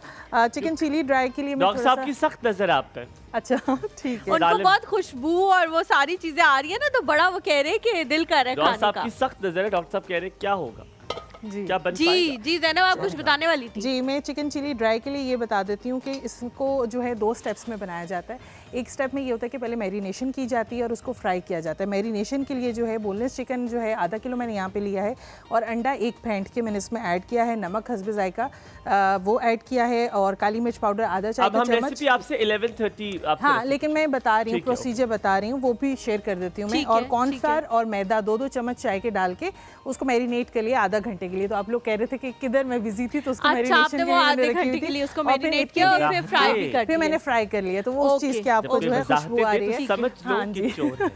यहाँ पे जो है मैं ऑयल ले लेती हूँ 2 से 3 चम्मच, और उसके अंदर जो है चिकन जो हमने बनाया, अब आप उसको वो उसका पेस्ट बना रहे हो ना, और वो ऐड कर दूंगी। ठीक है, साथ में, और साथ में हम ये ऐड करेंगे जो हमने यहाँ पे ली हुई है ग्रीन चिलीज, जो साबित हमने यूज़ की हुई है, वो ऐड कर दी हमने इसके अंदर। ठीक है। और हमने इसके अंदर जो जिंजर मैंने जूलियन कटिंग में की हुई थी, वही चलेगी जूलियन कटिंग में ही, वो ऐड कर दिया साथ में। ठीक है। और इसमें हम इसको थोड़ा सा मिक्स करेंगे, और बाद में हम oyster sauce, soya sauce, chilli garlic sauce, थोड़ी सी चीनी और यखनी हम ऐड करके उसको पका लेंगे। डन हो गया ज़ैनब। थोड़ी देर में फिर जब आप चावल भी प्रिपेयर कर लोगे और ये भी कर लोगे तब हम आएंगे और साथ ही हम आपसे रेसिपी भी पूछेंगे और अगर कोई हमें उसमें बीच में लगा कि हमें कोई और जानकारी जानने की ज़रूरत है तो वो भी हम जी जी। आपका कहाँ आगरा से ताल्लुक है या दिल्ली से आप हैं? आजकल मुझे लग रहा है मैं बहुत इस किस्म की चीज़ें देख रही हूँ, जानकारी आपने भी देखी। अच्छा डॉक्टर साहब, coming back to the topic, बहुत सारे जो लोग हैं वो बहुत सारी बीमारियों का शिकार हो जाते हैं लेकिन उन्हें समझ नहीं आता कि किसके पास आना है। मैंने ऐसे डॉक्टर्स देखे हैं जो फिज़िकल चीज़ों के डॉक्टर्स हैं और वो ये कह रहे हैं कि आपको कोई ज़रूरत नहीं है साइकोलॉजिस्ट या साइकेट्रिस्ट के पास जाने की और आप जो है ना वो तो उन्होंने तो आपको ऐसी दवाइयों पे लगाना है आपकी जान ही नहीं छुटनी और हंस रहे हैं हा हा हा हा हा। मुझे समझ नहीं आती कि लोग अपने ही प्रोफेशन के साथ कैसे सिंसेयर नहीं है या किसी इंसान की ज़िंदगी के साथ वो कैसे सिंसेयर नहीं है कि वो उसको इस किस्म का मशवरा दे रहे हैं। एक तो लोग पहले ही डरते हैं, दूसरा आपको और डराया जाता है कि इनकी तो दवाइयों पे आप एक दफ़ा लग गए तो आपकी जान ही कभी नहीं छुट पाएगी। क्या ये बात सही है कि जब आप दिमागी किसी खुदा न खास्ता बीमारी या किसी कन्फ्यूजन की वजह से डिप्रेशन की या एंजाइटी की कोई पिल्स लेना शुरू करते हैं तो वो आपको हमेशा लॉन्ग लास्टिंग जानी होती है या वाकई कोई ऐसी चीज़ मौजूद है या ये एक मिथ है? अच्छा, पहले तो मैं उस पर कमेंट कर दूं कि नाजरीन को ये जानना ज़रूरी है कि अहलियत और ईमानदारी दो मुख्तलिफ चीज़ें हैं, ठीक है ना? कितनी अच्छी मतलब बात की कॉम्पिटेंस आपने। And integrity are two different things. तो हमारे डॉक्टर्स कॉम्पिटेंट तो हो सकते हैं लेकिन इंटेग्रिटी है या नहीं है ये आप इसका फैसला करने में ज़रा मोहतात रहें। तो ये वाला जो मशवरा कोई दे रहे हैं, देखिए मेडिसिन कोई दुश्मन तो है नहीं आपकी। अगर मेडिसिन बनी हुई हैं, पहला जो लाइन ऑफ डिफेंस है वो है प्रिवेंटिव हेल्थ केयर। ठीक है, परहेज कीजिए, हेल्दी लाइफस्टाइल्स अपनाइए, अपने रिलेशनशिप्स पे काम कीजिए, अपनी कम्युनिकेशन स्किल्स पे काम कीजिए। जो हमायूं कह रहे थे, हाँ अपनी पर्सनल एफर्ट से स्ट्रगल कीजिए। आप सुबह को 5-6 बजे अगर जॉगिंग कर रहे हैं, आपकी बॉडी में जितनी ऑक्सीजन और जा रही और जो एंडोर्फिन रिलीज हो रहे हैं कॉर्टिसोल को कम करते हैं, एंटी डिप्रेसेंट है, मूड एलिवेटर है, मूड स्टेबलाइजर है ये एक्टिविटी इटसेल्फ एंडोक्रिनोलॉजिकली स्पीकिंग। तो आप कर लीजिए। अगर नहीं कर पाते तो फिर तो मैजिक पिल मौजूद है एक एंटी डिप्रेसेंट की शक्ल में या एंटी एंजाइटी की शक्ल में। अच्छा, अब ये कि हाँ नफ्सियाती मसाइल हम इसे डिसऑर्डर कहते हैं, डिजीज़ नहीं कहते। कुछ चीज़ ऑर्डर से हट गई, कुछ हैं जो प्रिवेंटेबल नहीं है, मैनेजेबल हैं। कुछ हैं जो प्रिवेंटेबल भी हैं, मैनेजेबल भी हैं। ठीक हो गया। प्रिवेंटेबल से मुराद होता है कि जो एक दफ़ा हो और फिर ना, मिसाल के तौर पर डायबिटीज़ एक दफ़ा हो जाए सारी उम्र जाती नहीं है, लेकिन क्या हर डायबिटिक पेशेंट जो है 5 से 7 साल के बाद मल्टीपल ऑर्गन फेलियर का शिकार होकर मर जाता है? नहीं, ऐसा नहीं होता। हम फवाद खान की बात करें, हम वसीम अकरम की बात करें, डायबिटीज 2 है और अर्ली यूथ में होने वाली डायबिटीज है, जिसे सुन के जिसे बड़ा आप डेंजर समझते हो। डिमोरलाइजेशन कितनी होगी अगर 21 साल की उम्र में पता चले आई एम डायबिटिक। लेकिन दोनों अपनी अपनी रिस्पेक्टिव फील्ड्स के स्टार्स और हीरोज हैं, बेहतरीन माहिर हैं उसके, ठीक है, हीरोज हैं जी। अच्छा, इसलिए मेंटल हेल्थ कंडीशन जो है पहले बहादुरी से इस चीज़ का इसका इजहार भी करें और इदराक करें कि हो गई है। ठीक है, अब मैंने करना क्या है, वो सेकंड लाइन ऑफ डिफेंस है। उसमें मैंने जैसे अर्ज किया, गो टू साइकोलॉजिस्ट। अगर तो सिर्फ थेरेपेटिक इंटरवेंशन से मसला हल हो जाता है, वेल एंड गुड, वरना थेरेपिस्ट साइकोलॉजिस्ट खुद आपको रेफर करेगा कि जनाब थेरेपी भी चलेगी, साथ में अगर मैं आपको साइकेट्रिस्ट को रेफर कर दूं तो थोड़ी सी मेडिसिन भी ले ले। मेडिसिन खाने से तो आज तक कोई वफात नबीला की कॉल लेते हैं हमारे साथ लाहौर से। नबीला, अस्सलाम वालेकुम नबीला जी, कैसी हैं आप? वालेकुम अस्सलाम, मैं बिल्कुल ठीक हूं माशाअल्लाह। आप कैसे हैं दोनों? बिल्कुल ठीक, अल्हम्दुलिल्लाह। पूछने के लिए आप अच्छी हैं? बहुत शायद हैं और मैं फर्स्ट टाइम मैंने आपको कॉल की और मैं आपका शो रेगुलरली देखती हूं, मुझे बहुत मजा आता है, बहुत एंजॉय करती हूं। बहुत शुक्रिया, बहुत शुक्रिया। ये आपकी गेस्ट है, इनको भी अस्सलाम वालेकुम। वालेकुम अस्सलाम। कोई सवाल है आपका या आपने? मैं कुछ पूछना चाहती हूँ अपने बारे में। जी जी जरूर पूछें, जरूर पूछें। मैं ये पूछना चाहती हूँ, मुझे हर वक्त गुस्सा रहता है और गुस्से, पता नहीं गुस्से की वजह से यहाँ के मेरी दिन के पीछे वाली साइड पे पेन रहता है और गुस्सा रहता है और कभी तो दिन के टाइम बहुत ज्यादा नींद आती है और रात के टाइम में सोती ही नहीं है। अच्छा ठीक है, बहुत शुक्रिया। आपने कुछ पूछना है डॉक्टर साहब? आप कुछ पूछना चाह रहे हैं? नहीं, ये कॉमन देखिए थोड़ी सी जब साइकोलॉजिस्ट कुछ पूछना शुरू करता है ना तो 2 सेशन तो हमारे सिर्फ हिस्ट्री के होते हैं। पैसे विदाउट पैसे आप करें क्यों अभी यहाँ पे, है ना? नहीं, आपके टाइम भी मुझे बड़ा एहसास है। देखिए सबसे पहली चीज़ ये है कि जैसे इन्होंने कुछ पेन का भी जिक्र किया, body pain body mass index, आपका वेट, आपकी ओवरऑल फिजिकल हेल्थ कहाँ स्टैंड करती है। मैं अमूमन ना लोग अपने नफ्सियाती मसाइल लेकर आते हैं, मैं कहता हूँ जनाब, जैसे मैंने पहले अर्ज किया, brain is part of your body, where is your bodily health, आपका बॉडी मैस इंडेक्स क्या है। अगर कोई शख्स 25 केजी ओवरवेट के साथ 33 बरस की उम्र में मेरे सामने बैठा है और उसको डिप्रेशन है या एंजाइटी है, तो सबसे पहले तो मैं उसके जो ये फिजिकल हैंडीकैप है, लिमिटेशन है, उसको खत्म करवाऊंगा ना। मैं उसे जितनी मर्जी मैं उसको फ्राइडियन काउच पे रख के और उसके सबकॉन्शियस की तहें खोल दूं और फ्राइज की प्लेट रख दें, हाँ कुछ बाश वो देखे, उसकी बजाय वो रख, अब वो काम नहीं करेगा फिजिकल वेलबींग। तो इनका नबीला का भी एक ये देखने की जरूरत है। फिर यूजुअली मदर्स जो हैं वो सेल्फ केयर से काम नहीं ले रही होती। इनसे मैं पूछूं ना कि 24 घंटों में कोई 1 घंटा बताएं जिसमें आप वो करती हैं जो आपको खुश करता है, नहीं निकलेगा। हाँ नहीं, मुझे बहुत अच्छा लगता है अपने बच्चों के लिए खाना बनाना। हाँ। खुटे खूह में जाए बच्चे खाना बना, कौन सा अच्छा लगता है? उन्हीं का बचा हुआ खाना खाना, और उन्हें कभी ना कहना कि मुझे उठ के 1 गिलास पानी भी पिला दो। बच्चे डेथ की तरह पड़े हुए होंगे और कमाए उनके काम जिंदगी मेरे बच्चे हैं, मुझे तो इन्हीं को देख के खुशी मिल जाती है, हालांकि झूठ। अच्छा, फिर वो जब इतनी आपने ओवर इन्वेस्टमेंट कर दी ना इन बच्चों की, और आप भूल गए कि जब ये 21-22 बरस की उम्र में दामिश्क में गिरफ्तार होंगे और उनकी तवज्जो और उनकी ये अपनाइयत और उनके जज्बात जो है ना वो कहीं और चले जाएंगे। फिर जो आप एम्प्टीनेस फील करेंगी ना, और एक एम्प्टी नेस्टिंग भी होगी। अभी 18-20 बरस की उम्र में मेरी अम्मा का हाथ पिटाती थी एक खातून हमारे घर पे थी और बहनों की तरह थी, तो वो उसे हम कहते थे वो हर वक्त परेशान। तो हमने कहा, मेरी अम्मा उसे कहती कि तुम आधा पौना घंटा कोई वो चीज़ किया करो, तुम्हें अच्छी मेहंदी लगाना अच्छा लगता है, तुम क्या करो। कहती है नहीं, बस मेरे सरदर्द साईं खुश रहे थे, मेरे तो कुछ। और सरदर्द साईं में हमने उसे तकरीबन 22 साल हमारे साथ वो रही है, उसके सर के साईं को मैंने कभी खुश नहीं देखा ना, वो खुश हुई। मिस फुरकान की कॉल लेती, फिर एक सवाल मैंने आपसे पूछना है। अस्सलाम वालेकुम। उसके बाद वालेकुम अस्सलाम, कैसी हैं आप? बिल्कुल ठीक अल्हम्दुलिल्लाह, आप कैसी हैं? बहुत शुक्रिया पूछने के लिए, आप अच्छी हैं? मैं भी ठीक, शुक्र अल्लाह का।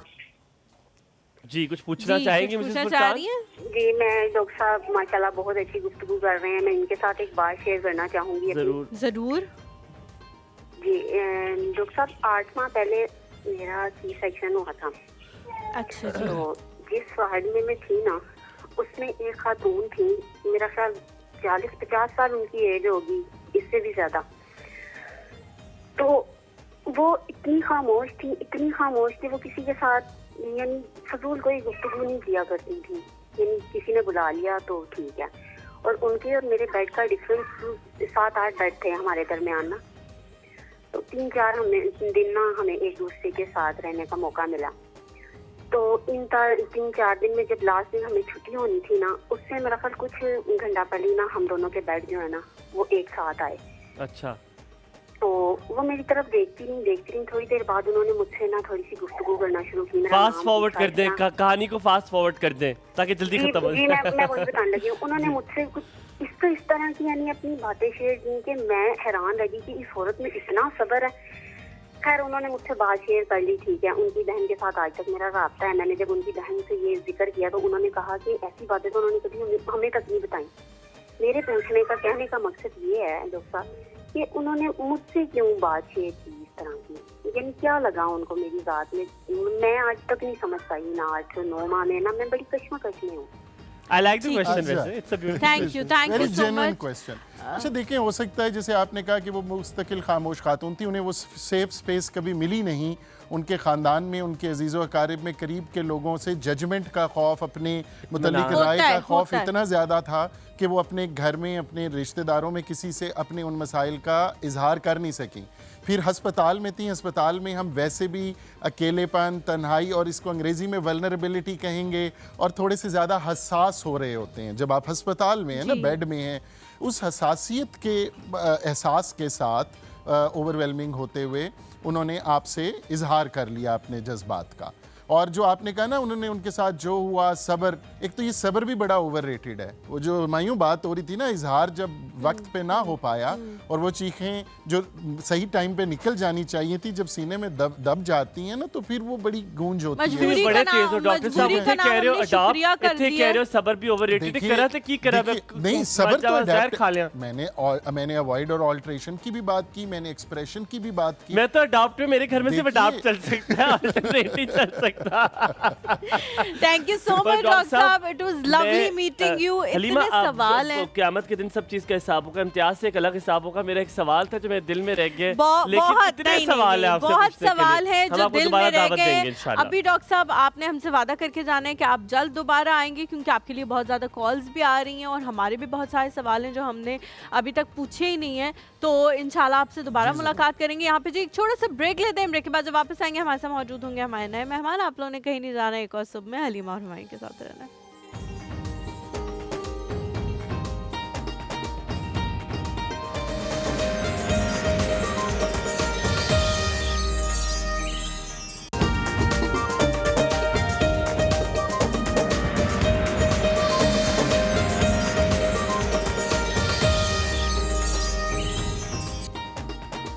जी welcome back to the show. एक और सुबह आप लोगों को एक बार फिर से खुशामदीद कहते हैं। हमारे सामने मौजूद है खरबूज। रात को हमें मैसेजेस आए कि जी आप लोगों के साथ मेहमान होंगी नाइला हक और टॉपिक होगा खरबूज, और नाइला हक के साथ होगा तो फिर खरबूज। तो हमने पूछा कि खरबूज, मैंने पूछा खरबूज कौन सा फल है, तो उन्होंने कहा जी हमें, मुझे नहीं इतना पता, सिंधी मानू ना, ये सिंधी मानू है तो सिंधी में कुछ और ही इसको कहते हैं, पता नहीं क्या कहते हैं, ये मुझे नहीं पता।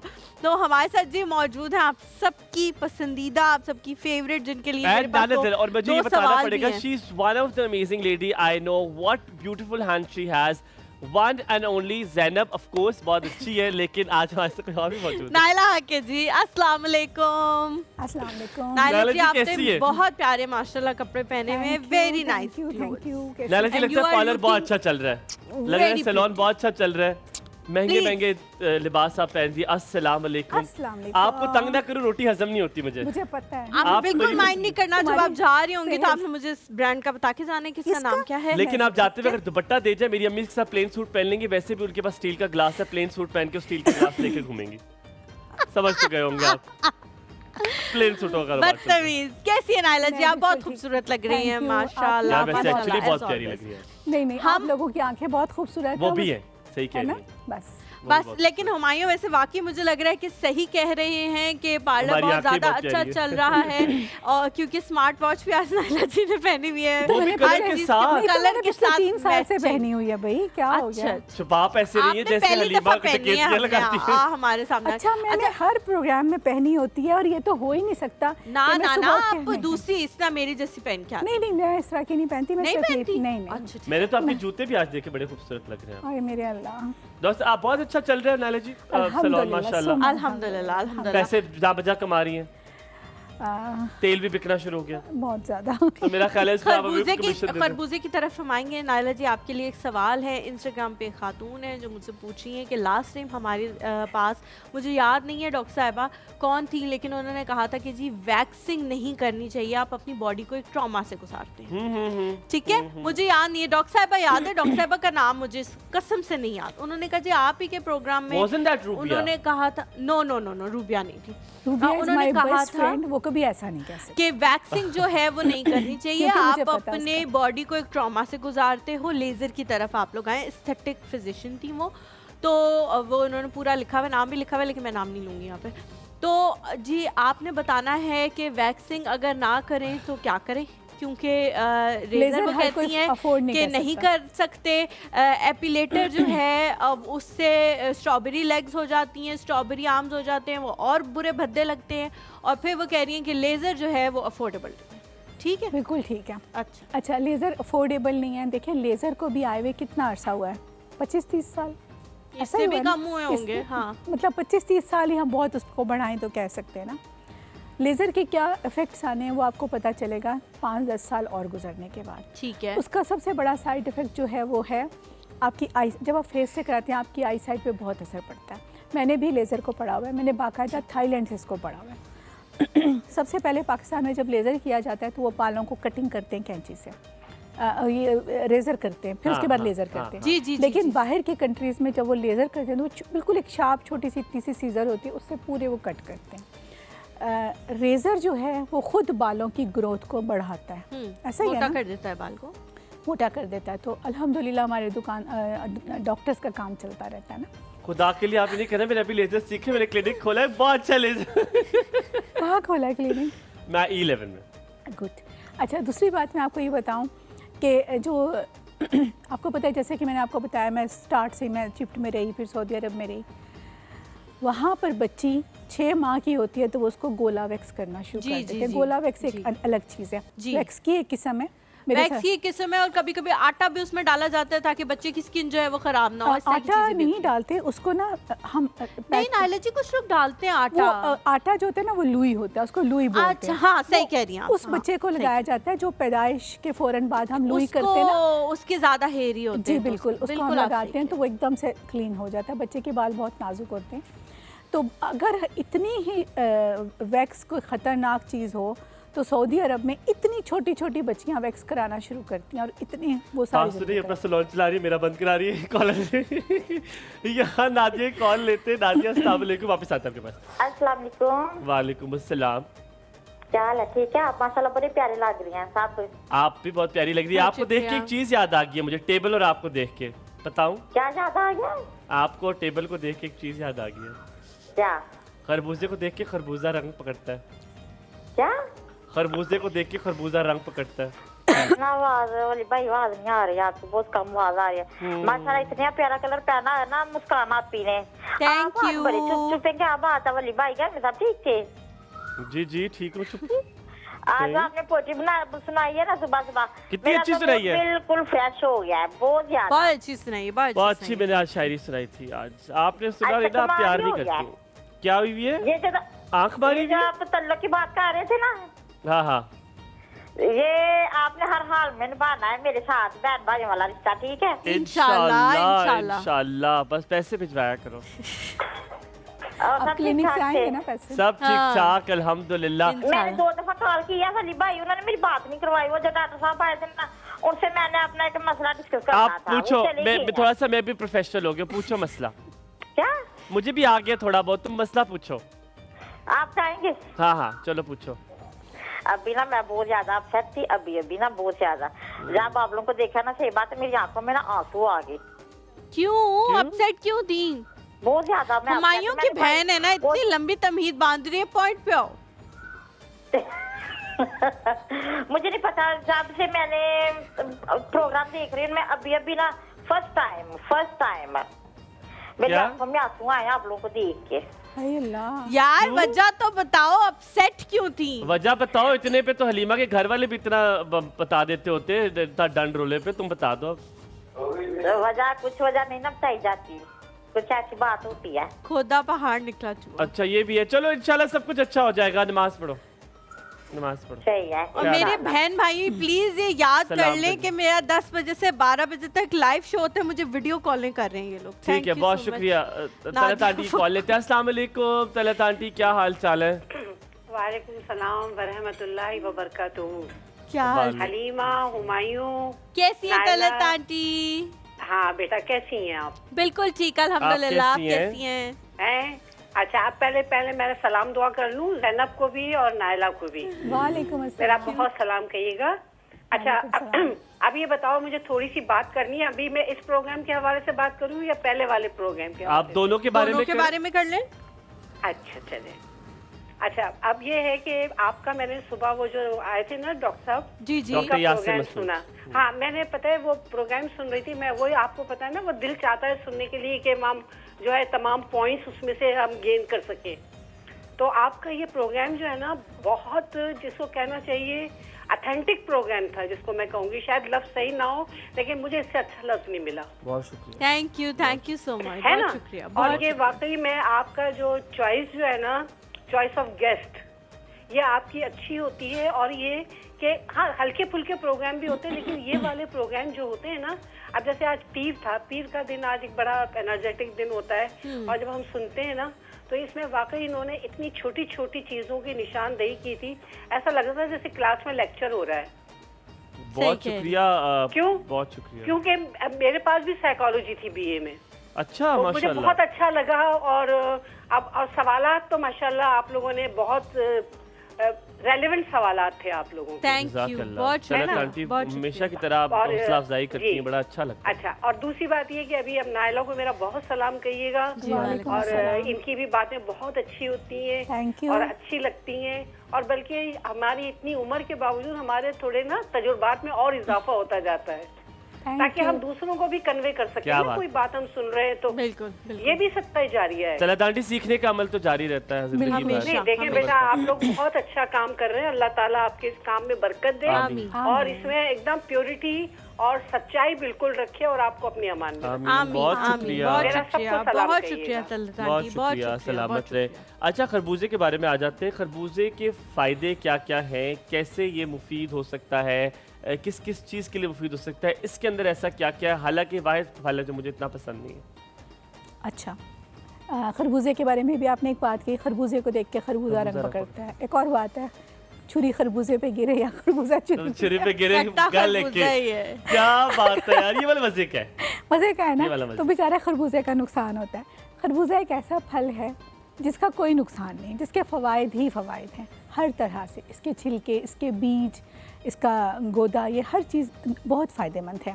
स्पेशली शुगर के पेशेंट्स के लिए बहुत अच्छा है। अगर किसी को शुगर है और शुगर की वजह से जो हमारे हार्ट पे असर होता है, ये इसमें ऐसे कुछ एंजाइम हैं जो हमारे हार्ट को बचा लेते हैं। उसके अलावा ये आँखों के लिए बहुत मुफीद है। अगर किसी को कैटरेक्ट का प्रॉब्लम हो रहा है, फ़ील हो रहा है कि होना शुरू हो गया है, तब भी आप इसको इस्तेमाल करें तो उससे बहुत आपको वो वहीं स्टॉप हो जाता है। मैं ये तो नहीं कहती रिवर्स हो जाता है, स्टॉप हो जाता है, आगे नहीं बढ़ता। फिर आप उसका प्रॉपर इलाज करवा सकते हैं। उसके साथ साथ अगर किसी को विजन का मसला है, अक्सर लोगों को कहते हैं ना विजन ब्लर हो इसके बारे में सुना हुआ, आई हेल्थ इससे बहुत अच्छी हो जाती है। और उसके बाद विटामिन सी और पानी से ये भरपूर है। जिन लोगों को गर्मियों में चूँकि हम लोगों को अमूमन डिहाइड्रेशन हो जाती है, तो हमें ज़रूर खरबूजे का इस्तेमाल करना चाहिए। नायला जी, मेरी दादू बहुत खाती थी, ब्लड प्रेशर का इशू था, तो वो कहती थी इससे बड़ा मेंटेन रहता है। मैं यही बताने लगी थी कि इससे ब्लड प्रेशर बहुत मेंटेन रहता है।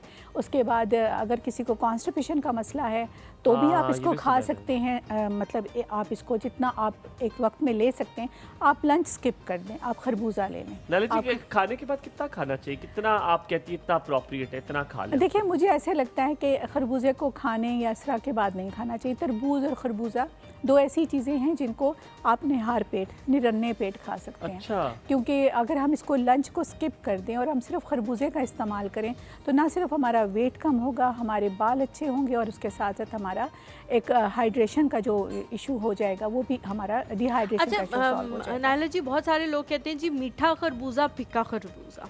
ठीक है, कुछ खरबूजे होते हैं वो बड़े मीठे होते हैं, कुछ बड़े फीके से होते हैं, उनमें इतना ज़्यादा टेस्ट नहीं होता, लेकिन कहा जाता है कि मुफीद जो हैं वो ज़्यादा फीके वाले होते हैं। ये बात कितनी सही है कि फीका खरबूजा क्या खाना चाहिए? मैं तो नहीं, मेरा तो नहीं ख्याल कि अगर खरबूजा फीका निकलता है तो खाना चाहिए। हाँ। अच्छा, थोड़ा सा हमारे यहाँ जुगाड़ एक लगाई जाती है रेडियम पे, जहाँ खरबूजे बिक रहे होते हैं, उसके नीचे स्क्रीन भरी होती है इंजेक्शंस में ना। क्या भरी होती है? स्क्रीन, मिठास। अच्छा। वो इसमें इंजेक्ट कर दिया जाता है। आपने कभी कभी ऐसा भी खरबूजा खाया होगा कि जब उसको काटते हैं तो वो एक साइड से मीठा होता है, एक साइड से फीका भी होता है। हाँ। कुछ उसके पीसेस जो होते हैं ना मीठे निकलते हैं। अल्लाह ताला जब किसी में कोई चीज़ डालता है तो वो बराबर की उसकी तकसीम होती है ना। अब ये तो नहीं हो सकता कि अल्लाह मियाँ ने एक तरफ से उसको फीका रख दिया, एक तरफ से मीठा कर दिया। लेकिन जब इंसान अपना जुगाड़ लगाता है ना, तो वो ये एक ऐसी चीज़ है जिसमें वो मिक्स नहीं होता ना। जैसे अब किन्नों में लगाए जाते हैं ना इंजेक्शन, तो वो मिक्स हो जाते हैं। ऐसे ही जैसे तरबूज में कलर डाल दिया जाता है, स्ट्रॉबेरी के ऊपर कलर कर दिया जाता है। हम लोग करते हैं ऐसी हरकतें, इसीलिए हमारे ये हालात हैं। मैं बहुत इस बात पे दुखी होती हूँ। मुझे वाकई इसमें बहुत दुख होता है कि आप एक फ्रूट को तो आप ओरिजिनल रहने दें। बिल्कुल। उसको तो हमें खालिस खाने फ्रूट को क्या, हमने सब्जी को भी नहीं रहने दिया, कुछ भी नहीं रहा। अब सच में यहाँ पे पाकिस्तान में जब होती हूँ ना, मैं कहीं बाहर जाऊँ और मैं खाना खाऊँ, तो मैं सोचती हूँ, मेरे जहन में पहला ख्याल ये आता है, ये जो मैं खा रही हूँ क्या ये वही चीज़ है जो मुझे नज़र आ रही है? लेकिन जब मैं कहीं बाहर जाती हूँ तो ये ख्याल आपके धड़क होके खाती हूँ। बिल्कुल ठीक है, धड़क होके। हम ज़ैनब के पास, ज़ैनब की तरफ हम चलते हैं। जी जी ज़ैनब, कहाँ तक पहुँच गई? मुझे लग रहा है आपको तैयार करके बैठी हुई है। ज़ैनब, हम आए उधर आपके पास, आ जाए देखिए क्या बनाया आपने, क्या बनाया। जा सकते हैं जी, अलाउड। आ जा।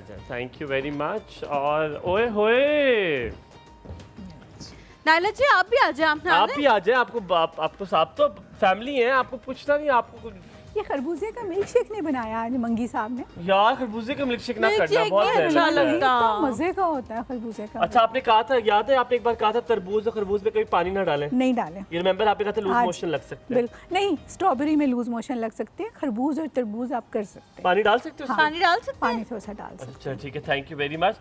ये बनाया है आपने चिकन नहीं, चिकन चिली ड्राई और वाइट राइस, गार्लिक राइस है। क्या फर्क होता है गार्लिक राइस में? गार्लिक राइस में गार्लिक डलता है और उसमें वेजिटेबल्स ऐड नहीं होते। ठीक है, और रेसिपी बता दें। रेसिपी मैं बता देती हूँ, आप लोग ट्राई करें इतनी देर में, और मैं रेसिपी शेयर कर देती हूँ। पहले सबसे पहले चिकन चिली ड्राई की जो है रेसिपी मैं शेयर करूँगी। नहीं आप प्लीज, आपने मैं इनके साथ शेयर कर लूँ। नहीं मैं अच्छा जी, चिकन चिली ड्राई में मैंने जो बोनलेस चिकन ली थी वो 500 ग्राम लिया है, अंडा मैंने 1 अदद लिया है, नमक मैंने इसमें हस्बे जायका लिया है, और काली मिर्च पाउडर आधा चाय का चम्मच जो है ऐड किया है, कॉर्नफ्लावर भी 2 चाय के चम्मच, और मैदा भी 1 चाय का चम्मच जो है इसमें ऐड हुआ है।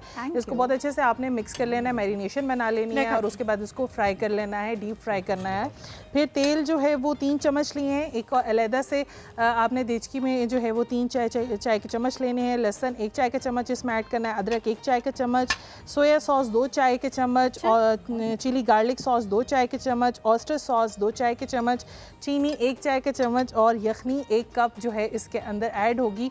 और इसके साथ साथ जो वेजिटेबल्स यूज़ होंगी वो सब्ज़ मिर्च होंगी, और यहाँ पे सब्ज़ प्याज का जो बैक वाली साइड होती है, सब्ज़ वाला एरिया, वो चॉप करके इसमें ऐड किया जाएगा। ठीक है जी, इस तरह से ये हमारा चिकन चिली ड्राई के जो मैंने अज्जा हैं वो बता दिए हैं। बाकी अब चावल की जो अज्जा हैं, इसको गार्लिक राइस भी कह सकते हैं आप, स्टीम राइस भी कह सकते हैं। फ्राइड राइस होते हैं उसमें वो जो प्याज का जो कौन से वाला हिस्सा डालते हैं, पूरा या कोई? नहीं, बैक साइड भी डालते हैं, बैक साइड भी डालते हैं, दोनों डाल सकते हैं, लेकिन वाइट वाला हिस्सा आप पहले डाल दें और ग्रीन वाला हिस्सा आप आखिर में जब आप वाइट वाले को थोड़ा सा सौते कर लेते हैं। हाँ जी, जो चावल हैं वो उसके लिए मैंने यहाँ पे तेल 3 चाय के चम्मच लिए हैं, चावल को मैंने बॉईल कर लिया, और बॉईल ही करते वक्त मैंने नमक जो है इसमें ऐड कर दिया था, लहसुन 1 खाने के चम्मच मैंने इसमें ऐड किया था, चॉप किया हुआ फ्रेश आपने यूज़ करना है, तभी आपको जो है वो गार्लिक का टेस्ट फील होगा इसमें। और चावल जितने आपने बॉईल किए थे वो उसके अंदर आपने डाल देने, अगर तो नमक या मिर्च आपको चाहिए तो आप अपने हिसाब से ऐड कर सकते हैं। ठीक है जी, आज साथ में मैंने बनाया है वाटरमेलन लेमनेड बनाया है। इसके 2 रेसिपीज़ हैं। ये सबसे पहली मैं आपको रेसिपी बता देती हूँ, जो होममेड लेमनेड आप बना के 2 वीक्स तक आप रख सकते हैं स्टोर करके घर में, कि मेहमान आए हैं तो आपने निकाले तो आप यूज़ कर सकते हैं। इसमें मैंने ये किया था कि नीम गर्म पानी 6 कप इसमें लिया है, कैस्टर शुगर 1 कप है, बारीक चीनी नहीं भी है तो कोई मसला नहीं है, आप नॉर्मल भी घर की यही वाला यूज़ किया? हाँ जी, मैंने ये यूज़ किया है। नमक जो है आधे चाय का चम्मच यूज़ हुआ है, और लेमन जूस 1 कप। ये आपने नाप के बना के जब नीम गर्म पानी से वो ठंडा पानी हो जाए तो आप एयर टाइट जार में डाल के आप रख सकते हैं 2 हफ्ते तक, और आप कोई प्रिजर्वेटिव डालने की जरूरत नहीं, ये रह जाएगा। हाँ जी, आप ये लेमनेड सिंपल भी बना सकते हैं, स्ट्रॉबेरी लेमनेड भी बना सकते हैं, वाटरमेलन भी बना सकते हैं।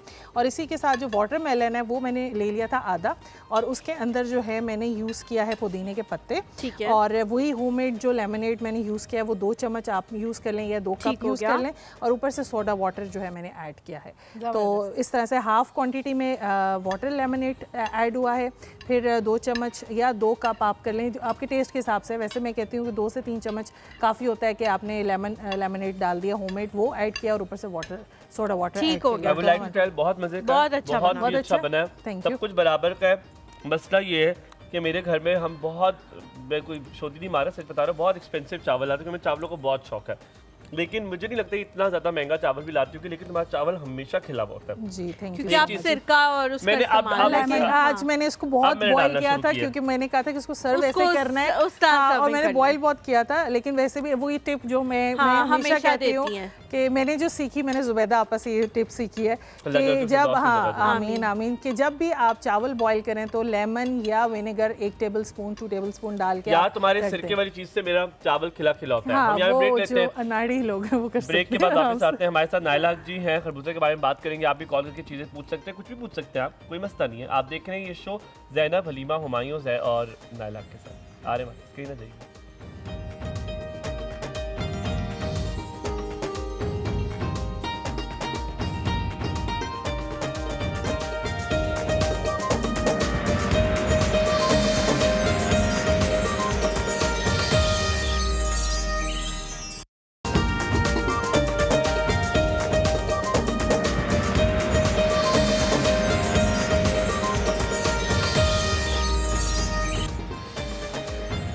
खुशामदीद एक बार फिर एक और सुबह में। हलीमा हुमायूं आपके साथ मौजूद और अब हम बात करेंगे खरबूज की। खरबूज के साथ साथ आपने ब्लड प्रेशर का बताया, ये बहुत अच्छा है। How is it good for the skin? क्या इसका कोई मास्क बनता है? क्योंकि मुझे लगता है बड़ा लेसला सा होता है, जैसे हम अपनी पंजाबी में कहते हैं। तो क्या इसका मास्क, कोई हैंड स्क्रब, कोई चीज़ बनती है? अक्सर आप देखते हैं किसी न किसी शैम्पू इस पर इसका निशान भी बना होता है। आप देखें कि ये वो उन चीज़ों में से है जिसके छिलके भी, जिसका पल्प भी और जिसके बीज भी इस्तेमाल होते हैं। मतलब ये वो चीज़ है जो जिसकी कोई चीज़ फेंकने वाली नहीं है। अगर किसी को ब्लड प्रेशर का या शुगर का मसला है, कॉन्स्टिपेशन का मसला है, बहुत ज़्यादा शदीद अक्सर लोगों को होती है और उनको मेडिसिन लेनी पड़ती है, तो आप इसको धो के छिलके और बीज के समेत इसको ब्लेंड कर लें पानी में और उसके बाद आप वो पी लें। आपका वेट कम होगा, आपका कॉन्स्टिपेशन का मसला हल होगा। खरबूजे को छिलके और बीज के समेत पानी में ब्लेंड कर लें, ब्लेंडर में ब्लेंड कर लें थोड़ा सा पानी डाल के, क्योंकि इसमें खुद पानी बहुत ज़्यादा होता है, तो बहुत ज़्यादा पानी की आपको ज़रूरत नहीं होती। बस आपने काटना है, सब कुछ डाल के उसको ब्लेंड कर लेना। उसके बाद आप इसको स्टेन कर लें, क्योंकि बीज होते हैं ना ज़रा। आप इसको सुबह निहार में पिएं, आपका वेट कम होगा, आपकी स्किन बहुत अच्छी होगी। उसके बाद आपका ब्लड प्रेशर का मसला हल होगा, उसके बाद शुगर का मसला होगा, और शुगर के साथ साथ ये दिल की सेहत के लिए भी बहुत अच्छा है। अच्छा नायला जी, आपने कॉन्स्टिपेशन की बात की है, मुझे उससे रिलेटेड एक सवाल याद आ गया। यंग मदर्स जो होती हैं जिनके पास बच्चे की टेक केयर के लिए कोई नहीं होता, वो कहती हैं जी पहले हमें ये मसला नहीं था, लेकिन हमें क्योंकि वॉशरूम जाते हुए ही ये लग रहा होता है कि हमने बहुत क्विक वापस आना है, बहुत जल्दी वापस आना है, बच्चा बहुत टॉडलर है या बेड पे है या उसके रोने की आवाज़ आ गई है, तो हम बहुत जल्दी निकल आते हैं वॉशरूम से बाहर। उसके बाद से उनको ऐसा कॉन्स्टिपेशन का मसला होता है कि वो कहते हैं हम किसी भी डॉक्टर के पास चले जाएं, हमें वो मसला हल नहीं होता, और डॉक्टर कहते हैं कि ये आपने खुद अपना मसला ख़राब किया है और अब इसका कोई हल नहीं।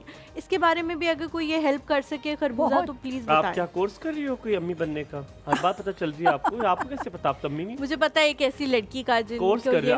आपको जो ये सोबिया की फिर वापस आके पूछते जवाब, ठीक है? सोबिया, अस्सलाम वालेकुम। वालेकुम अस्सलाम हुमायूं, क्या हाल है? हलीमा और नायला जी, कैसे हैं आप लोग? बिल्कुल ठीक, अल्हम्दुलिल्लाह। आपके बच्चे ने जो आपके फोन उठाने पे एक नारा लगाया, वो भी सुना है मैंने। अच्छा, थैंक यू। मेरा बच्चा भी साथ ही है ना, वो आपके साथ वो जो एंटरटेन हो रहा होता है, आपका शो देख रहा होता है। तो अच्छी बात है। आपके लास्ट गेस्ट भी बहुत अच्छे थे, उस वक्त मैं जरा लेट हुआ, मैंने स्विच ऑन किया तो, और अभी नायला जी कह रही थी मिल्क शेक, आप कह रहे मिल्क शेक हमारी नानो कहा करती थी। ये खरबूजा फीका है, दूध डालो जूसर में और खरबूजा डालो और मिल्क शेक बना दो चीनी डाल के। मुझे तो बहुत पसंद है खरबूजे का मिल्क शेक। अच्छा, मजे का होता है। मैंने कभी नहीं पिया। मैंने कभी नहीं पिया। नहीं, हम लोग वो कहती थी आप इसमें दूध डालो, बर्फ डालो, चीनी डालो और आप जो है ना पानी नहीं डालो इसको, और वो मजे का बहुत थिक सा जो है ना वो बहुत अच्छा बनता है। चीनी से मैं कोसों दूर हूँ, कोसों। चीनी ना डालें, हनी डालें, यूज करता है, आप हनी शक्कर यूज करें। हाँ, हनी डाल, आप शक्कर डाल लें, बिल्कुल ठीक है। बहुत, यानी कि इसका टेस्ट बहुत अच्छा होता है। और अभी चलिए, अब आप लोगों ने इतना कहा है तो हम यूज करेंगे। मैंने और हुमायूं ने कभी पिया नहीं है मिल्क शेक। मैं पी के ट्राई, एक दफा पी के देखे ना, आप दोबारा कभी और। आप कुछ कह रही थी? आपको ज्यादा अच्छा लगेगा, आपको ज्यादा अच्छा लगेगा बजाय इसके कि आप और मेरे। वैसे नायला जी ने जब भी कोई बात की है ठीक ही निकली है, पी लेता हूँ, ट्राई कर लेता हूँ। ठीक है, चलो चले इंशाल्लाह। अब सोबिया ने भी कह दिया तो फिर दो लोगों ने करना पड़ेगा, स्टैंप लग गई उसके ऊपर। जी सोबिया, कुछ पूछना चाह रही हैं आप? मैं ना आपके है तो अब नायला जी आई नहीं है, लेकिन उनसे पहले जो आपके डॉक्टर थे ना, मैंने एक बात करनी थी उस वक्त की ना। अच्छा। कि मेरी जो सास है ना, वो है साइको पेशेंट है, यानी कि ऐसा है कि उनकी तबीयत बहुत ख़राब हो गई थी। अब तो वो पेशेंट नहीं है, अब तो वो एक ऐसी उनकी कंडीशन है कि कभी वो बहुत अच्छी होती हैं, कभी वो उनकी तबीयत। मैं सिर्फ ये बात करना चाह रही थी, बाइपोलर है। 13 ईयर्स से मैं उनके साथ जा रही हूँ, इस वक्त वो 67 ईयर्स की हैं। अच्छा। जो 13 ईयर्स गुजरे हैं ना, उसमें जो फर्स्ट 5 to 7 ईयर्स है ना, उसमें मैंने आंटियों को, बाबाओं को, इन लोगों को इस मर्ज में मुब्तला देखे, लेकिन लास्ट 5 ईयर्स। सोबिया, ये जो आप बता रही है ना, हलीमा ने भी जिक्र किया, आपने सुना नहीं, इसको बाइपोलर डिसऑर्डर भी कहते हैं। कभी आप बहुत एक स्ट्रीम पे बहुत अच्छे होते हैं, कभी आप बहुत बुरे होते हैं, दरमियाने होते ही नहीं आप। मैं ये बात बताना चाह रही हूँ ना कि अब जो है मैं देख रही हूँ ना, लास्ट 5 ईयर्स से जो 2 से 4 साल या 5 साल की शादीशुदा खवातीन है ना, ये बच्चियां हैं नहीं, उनमें ये चीज बहुत ज्यादा हो रही है। नहीं वो होता है हार्मोनल डिसऑर्डर भी होता है कभी कभी, वो हार्मोनल डिसऑर्डर, मूड स्विंग्स भी कहते हैं उसे। लेकिन आपने ये जो सवाल पूछा है मुझे लगता है ज्यादती होगी अगर मैं और हलीमा इसका जवाब दे। जो थोड़ा बहुत पता था आपको बता दिया, लेकिन आपके लिए अच्छी खबर ये है कि इंशाल्लाह नेक्स्ट वीक या करीब ही डॉक्टर साहब दोबारा आएंगे और हम उनसे ये सवाल पूछेंगे। आपने परेशान नहीं होना, ठीक है? Thank you so much. सलामत रहिए। लोग अक्सर मिक्स कर जाते हैं ना, जैसे अब बच्चियों में भी होता है, तो आजकल मूड स्विंग्स भी बहुत ज़्यादा हो रहे होते हैं, कुछ हार्मोनल इश्यूज़ की वजह से, कुछ अपने मेंस्ट्रुअल साइकिल की वजह से, कुछ बच्चों में मुझे लगता है, जो मैं पर्सनली मैं हर चीज़ को बहुत ऑब्जर्व करती हूँ और मैं फिर उसको पढ़ती हूँ, मैं रिसर्च करती हूँ, तो मुझे लगता है कि आजकल के बच्चे सिर्फ ये चाहते हैं कि अगर हमने यूँ कह दिया ना तो अम्मा अब्बा किसी को इधर नहीं जाना चाहिए, आप यूँ ही चलें। जब हम उनकी बात से थोड़ा इख्तलाफ करते हैं, क्योंकि हमने अपने बच्चों को ना कहने का आदत नहीं डाली ना, तो उस वजह से भी उनके मूड स्विंग्स बहुत ज़्यादा होते हैं। आपने की वैसे बात पता है आपको बड़ी सच है, बड़ी हकीकत है। बिल्कुल बिल्कुल। आलियान है जी हमारे साथ। अस्सलाम वालेकुम। जी वालेकुम सलाम जी, कैसे हैं आप? आलियान भाई ठीक है आप? अल्हम्दुलिल्लाह जी बिल्कुल ठीक। आपने पहले माहिर नफ्सियात बताया हुआ था, लेकिन आप दोनों इतने बड़े माहिर नफ्सियात हैं कि आप इतना आप लोगों को कर लेते हैं कि अपना काम शम बंदा भूल के आप लोगों को देखने शुरू हो जाता है। बहुत शुक्रिया, बहुत शुक्रिया। कोशिश करते हैं सर, बस थोड़ा सा पढ़ के आए थे कि थोड़ा सा अच्छे सवाल पूछ सकें। बहुत शुक्रिया जी। मैं अमूमन आपको देखता रहता हूँ, बहुत अच्छा प्रोग्राम। अभी आप यकीन नहीं करेंगे कि जब आपका वक्फा आया हुआ था, मैंने एक और चैनल लगाया, वो भी ए से ही शुरू होता है। अब यकीन नहीं करें, वहाँ पे वो कंघे को साफ करने का तरीका बता रही थी बैठ के, ना कोई किलो मुंह पे पाउडर लगा हुआ था और कंघा साफ करने का तरीका बता रही थी कि सरफ डाल रहे हो, सरफ में इसको भिगोती और ब्रश से साफ करें। ठीक है, तो आपके प्रोग्राम को बामकसद होते हैं इसमें, लेकिन वो भी एक मकसद है, कंघा साफ करना भी एक साइंस है। बिल्कुल बिल्कुल सच्ची बात मैं बता रहा हूँ, आप चेक कर लीजिएगा वल्लाह। तो अच्छी बात है, कंघा साफ करना भी मेरा ख्याल है। बहुत शुक्रिया आलियान भाई, आप लोगों ने हमारा शो इस तरह भी कर दिया था कि यकीन माने शुरू में हम मजाक में मैं कहता तो सॉरी बात करने दे मुझे कि करते थे, लेकिन हमारा किसी के साथ कोई मुकाबला नहीं। हम टोटल डिफरेंट जॉनरा कर रहे हैं, हम बहुत मुख्तलिफ कर रहे हैं। ना हम न्यूज़ ही करते हैं, ना हम इंटरटेनमेंट करते हैं, हम इंफरटेनमेंट करते हैं और हमें यही इंशाअल्लाह ताला चलाएंगे, कोशिश कर रहे हैं। आपको शायद हमारा किस दिन लिबास भी हमने ऐसा पहना हो कि हमें कपड़े ही ना मिले, हम पहन कर आ रहे हैं, पर आपके सामने इन्फॉर्मेशन अच्छी लाने की कोशिश करते हैं कि आपको एंटरटेन भी करके जाए और इन्फॉर्मेशन भी देके जाए। नारी जी वापस आए, बहुत शुक्रिया आलियान भाई की तारीफ कुछ ना कुछ सिखा के, कुछ ना कुछ ऐसा इनपुट आपकी जिंदगी में देके जाए जो आप लोग याद रखें। आप लोगों की हमारे साथ ये मोहब्बत है कि आप लोगों को हमारी हर चीज अच्छी लगती है। थैंक यू जी, थैंक यू सो मच। सवाल पूछा था ना जिसका जवाब देने लगी, मैं कॉन्स्टिपेशन वाला जो मैंने सवाल पूछा था, लड़की वाला बच्ची वाला, मैं खुद उनको जानती हूँ जिनको ये मसला। वो जो ड्रिंक बताया है अगर वो पिए, लेकिन देखें कुछ ना कुछ तो टाइम 5-2-4 मिनट तो लगते ही है ना। हाँ, थोड़ा सा आपको अपने आप को यूज टू करना चाहिए। नहीं माएँ जो होती है ना नायला जी, वो कुछ ज्यादा थोड़ी बेचारी हाइपर भी हो जाती है ना, कुछ हो ना जाए, गिर ना जाए। फिर ये भी बड़े सोसाइटी के प्रेशर्स भी बड़े होते हैं हम पे कि जी अगर कुछ हो गया तो लोग कहेंगे ख्याल ही नहीं रखा। होता है ना, सासें कहती हैं अक्सर ख्याल ही नहीं रखा, हम साडा बच्चा तो कभी नहीं गिरया, हालांकि गिर के ही बड़े होते हैं सारे। ऐसा नहीं होता कि कोई गिरे बगैर और गिरने से भी बच्चा, कोई ऐसी बात नहीं कि कोई जानबूझ के गिराता है। आजकल तो इतना इजी हो गया है, बेबी कॉट्स और पता नहीं क्या क्या चीज़ें, हम तो नाम भी नहीं उनको जानते थे, ना कभी पता था कि ये चीज़ें भी लाइफ में होती हैं। आपने कहा इतना आसान हो गया, मुझे लगा कह लेके इतना आसान हो गया गिरना। मैंने कहा हाँ, गिरना तो लोगों के लिए बहुत आसान हो गया, ऐसे फौरन औकात से गिर जाते हैं। आजकल हमारे इर्द गिर्द होते ही गिरे हुए लोग अल्लाह, और या वो होते हैं जो गिराना चाहते हैं। मैं कुछ बहुत लंबा बोल दूंगी, आपने बात सुने इर्द गिर्द अभी आपके साथ मैं बैठा हूँ, अल्लाह का वास्ता है आपकी बात नहीं। हमारे साथ सिमाब जी हैं। अस्सलाम वालेकुम, सुबह खैर, कैसी है सिमाब जी? वालेकुम अस्सलाम, सुबह खैर, आप कैसे प्यारे लोगों? बिल्कुल ठीक, अल्हम्दुलिल्लाह। कैसी है? जी मैं अल्हम्दुलिल्लाह, और आज तो यकना शुद्ध चार प्यारे लोग शुद्ध। कहाँ से बातें ढूंढ के लाती हैं? Thank you so much. आपका पैगाम मैंने हुमायूं तक पहुँचा दिया था। हाँ, मुझे सुबह सवेरे मिल गया था, बहुत शुक्रिया। और उस दिन वाकई हुमायूं बॉड लुकिंग वाओ, आज थोड़े डिसेंट लग रहे हैं। आज थोड़े डिसेंट लग रहे हैं, ठीक है। चले कुछ कोट नहीं है ना इतने ज्यादा। उस दिन हुमायूं ने सूट पहना हुआ था ना, सूट पहना हुआ था, यस। और सूट की एक और बात भी करूं, वो जो आपका एक blue type light blue coat था ना, जो आपने पहले ब्लैक पे पहना था रमजान में, वो किसी दिन व्हाइट पे ट्राई, ऑफ व्हाइट पे ट्राई कीजिएगा। ठीक है, ऑफ व्हाइट शर्ट लिए मैंने, ठीक है, डन। यार कैसे याद होता है आपको मेरे कपड़े? I love it. पता है मुझे इतनी खुशी होती है जब आपको मेरे कपड़े याद होते हैं। मेरे पास चंद कपड़े ही हैं वैसे, पर आपको याद होते हैं, मुझे बहुत अच्छा लगता है। नाइला जी आई हैं। नाइला जी, आप तो रमजान में कोई कोहे नूर हीरा बन गई थी। जंगो जदल का समा हो गया था इधर। जंगो जदल, ओए होए, क्या हो गया था? इतनी खूबसूरत उर्दू। इधर से जी मेरी एहतजाजी मुहिम जारी थी, उधर से और सुख के जांबाज सिपाही जिनमें सफ़े अव्वल में हुमायूं ज़ेब अब्बासी थे और बैक फुट पे इम्तियाज भाई थे। पीछे काफी लोग। नहीं ऐसा नहीं, मैंने रमजान में भी किए हैं। नहीं, आप की कॉल नहीं मिली, आप चली गई। आपकी कॉल नहीं मिली और फिर वो जो सुनना चाह रही थी वो अपलोड नहीं हो सका था। उन्होंने आपके लिए इतनी लड़ाइयाँ की, और फिर अगले हफ्ते ये नहीं आई थी। आपने अगले हफ्ते नहीं आई। उन्होंने कहा मैं अब आपका प्रोग्राम नहीं देखूंगी जब तक आप लोग नाइला जी का मेरा नंबर दे देते। ये क्या बात है? हम आपके, मैं आपको एक बात बताऊं सिबाब जी, एक सेकेंड, ये कह रही है आपका नंबर दे दें।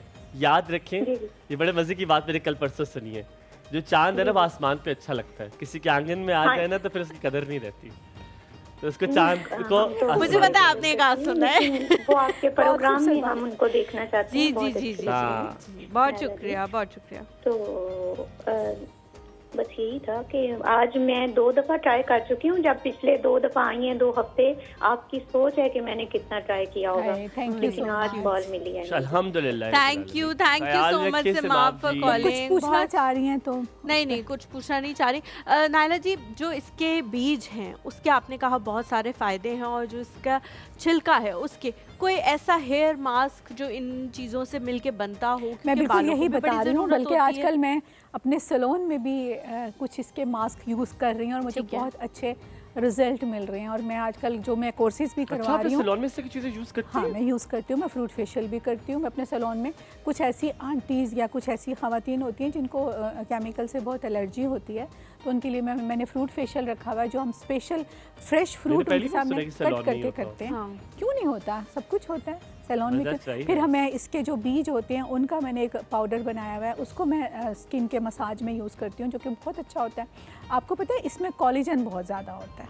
अच्छा, इसमें खरबूजे में तो ये बहुत अच्छा है। तो मैंने अपने सैलून में, बल्कि आजकल मैं जैसे कि कोर्सेज करवा रही हूँ, तो उसमें मैंने पोर्शन रखा हुआ है 5 डेज़ का, जिसमें सिर्फ हर्ब्स को मैं पढ़ाती हूँ, और हर्बल आपके hair mask, herbal face mask और बाकी चीज़ें मैं उसमें बाकायदा पढ़ा। मुझे इंस्टाग्राम पे आपके लिए मैसेज आया था, आई रिमेंबर नाउ। उन्होंने मुझसे पूछा था कि नाइला जी से पूछेगा विटामिन डी की डेफिशिएंसी बहुत ज़्यादा होती है, सो कौन से फ्रूट्स और वेजिटेबल्स ऐसे हैं जो विटामिन डी की डेफिशिएंसी को पूरा करते हैं, क्या कर भी सकते हैं कि नहीं? I remember that question. अच्छा, मैं इसका जवाब देती हूँ। इसका पहले मैं बताती हूँ कि इसके जो बीज हैं, इसके आपने अक्सर 4 मग्स का लफ्ज़ सुना होगा ना। 4 मग्स में भी इसके बीज शामिल होते हैं। और सऊदी अरब में एक छोटे छोटे आपने देखा होगा काले बीज होते हैं, वो अक्सर लोग बैठते हैं तो खाते रहते हैं उसको। हाँ, मैंने भी खाया है। अच्छा, ठीक है, पतले फुसफुस कहते हैं उसको। तो वो तरबूज के बीज होते हैं जिनको पका बॉयल करके नमक वाले पानी में ड्राई करके फिर वो बहुत अच्छे महंगे दामों बिकते हैं वो, और वो खाए जाते हैं क्योंकि इनमें बहुत एनर्जी होती है और इनमें बहुत ज़्यादा कोलेजन होता है। कोलेजन हम अगर कहें ना कि फलां क्रीम लगा लो इसमें कोलेजन है, कोलेजन बूस्ट हो जाएगा, दिस इज़ इम्पॉसिबल। कोलेजन किसी क्रीम में कोई असर नहीं करता। कोलेजन होता है खरबूजे में, कोलेजन होता है मेथी में। आपको पता है नबी पाक सल्लल्लाहु अलैहि वसल्लम का फरमान है, अगर मेरी उम्मत को मेथी के फ़वाइद पता चल जाएं तो उसको सोने के भाव ख़रीदने से भी गुरेज ना करें। मेथी खाएं, मेथी लगाएं, ड्राई करके लगाएं। मतलब यहाँ वो कौड़ियों के मोल बिक्री होती है और लोग कह रहे होते हैं आजकल के बच्चे के हम नहीं खाते ग्रीन वेजिटेबल्स, हमें नहीं। मेरे बच्चे क्या कहते तो देखें जरा ये बात, मैं उनको उनकी कालू धेड़ दूं बच्चों की। तो आप वो बताते विटामिन डी से, क्योंकि 1 मिनट रह गया। अच्छा, विटामिन डी का जो है कि सबसे पहली चीज़ तो ये है कि विटामिन डी बहुत हमारी बॉडी एक्सेल करती है, निकाल देती है। और चूंकि हम लोगों ने सूरज की शुआएं सबसे बेहतरीन ज़रिया है विटामिन डी का। आप सुबह 6:30 बजे 7 बजे जब सूरज निकल रहा हो तो आप उसमें जाएं, तो वो बेहतरीन वक्त है। आप यहाँ पे बैक पे अपने उसके वो लगवाएं धूप, तो आपका विटामिन डी दिनों में कंप्लीट हो जाता है। उसके साथ साथ आप अंडा भी ले सकते हैं, लेकिन जो विटामिन डी के इंजेक्शन या कैप्सूल मिलते हैं ना हम खोल के पीते हैं, सबसे बेस्ट वो है। आपको किसी फ्रूट या किसी सब्जी से ज़्यादा, हाँ, मैं खुद वो पीती हूँ, क्योंकि अगर आपको विटामिन डी कम होगा आपकी हड्डियाँ किड़किड़ करेंगी, आपकी हड्डियों में दर्द शुरू हो जाएगा, आपकी नींद कम हो जाएगी, आपके बाल गिरना शुरू हो जाएंगे, आपकी स्किन पे रिंकल्स पड़ना शुरू हो जाएंगे।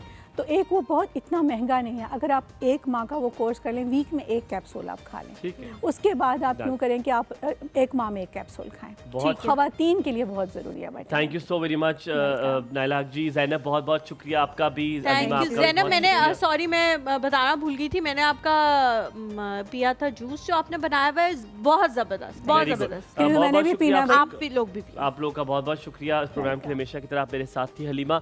हम यहाँ पर इंशाल्लाह लेंगे आपसे इजाज़त। आपने अपना बहुत सारा ख्याल रखना है। एक और सुबह में इंशाल्लाह कल मुलाकात होगी। अल्लाह हाफ़िज़।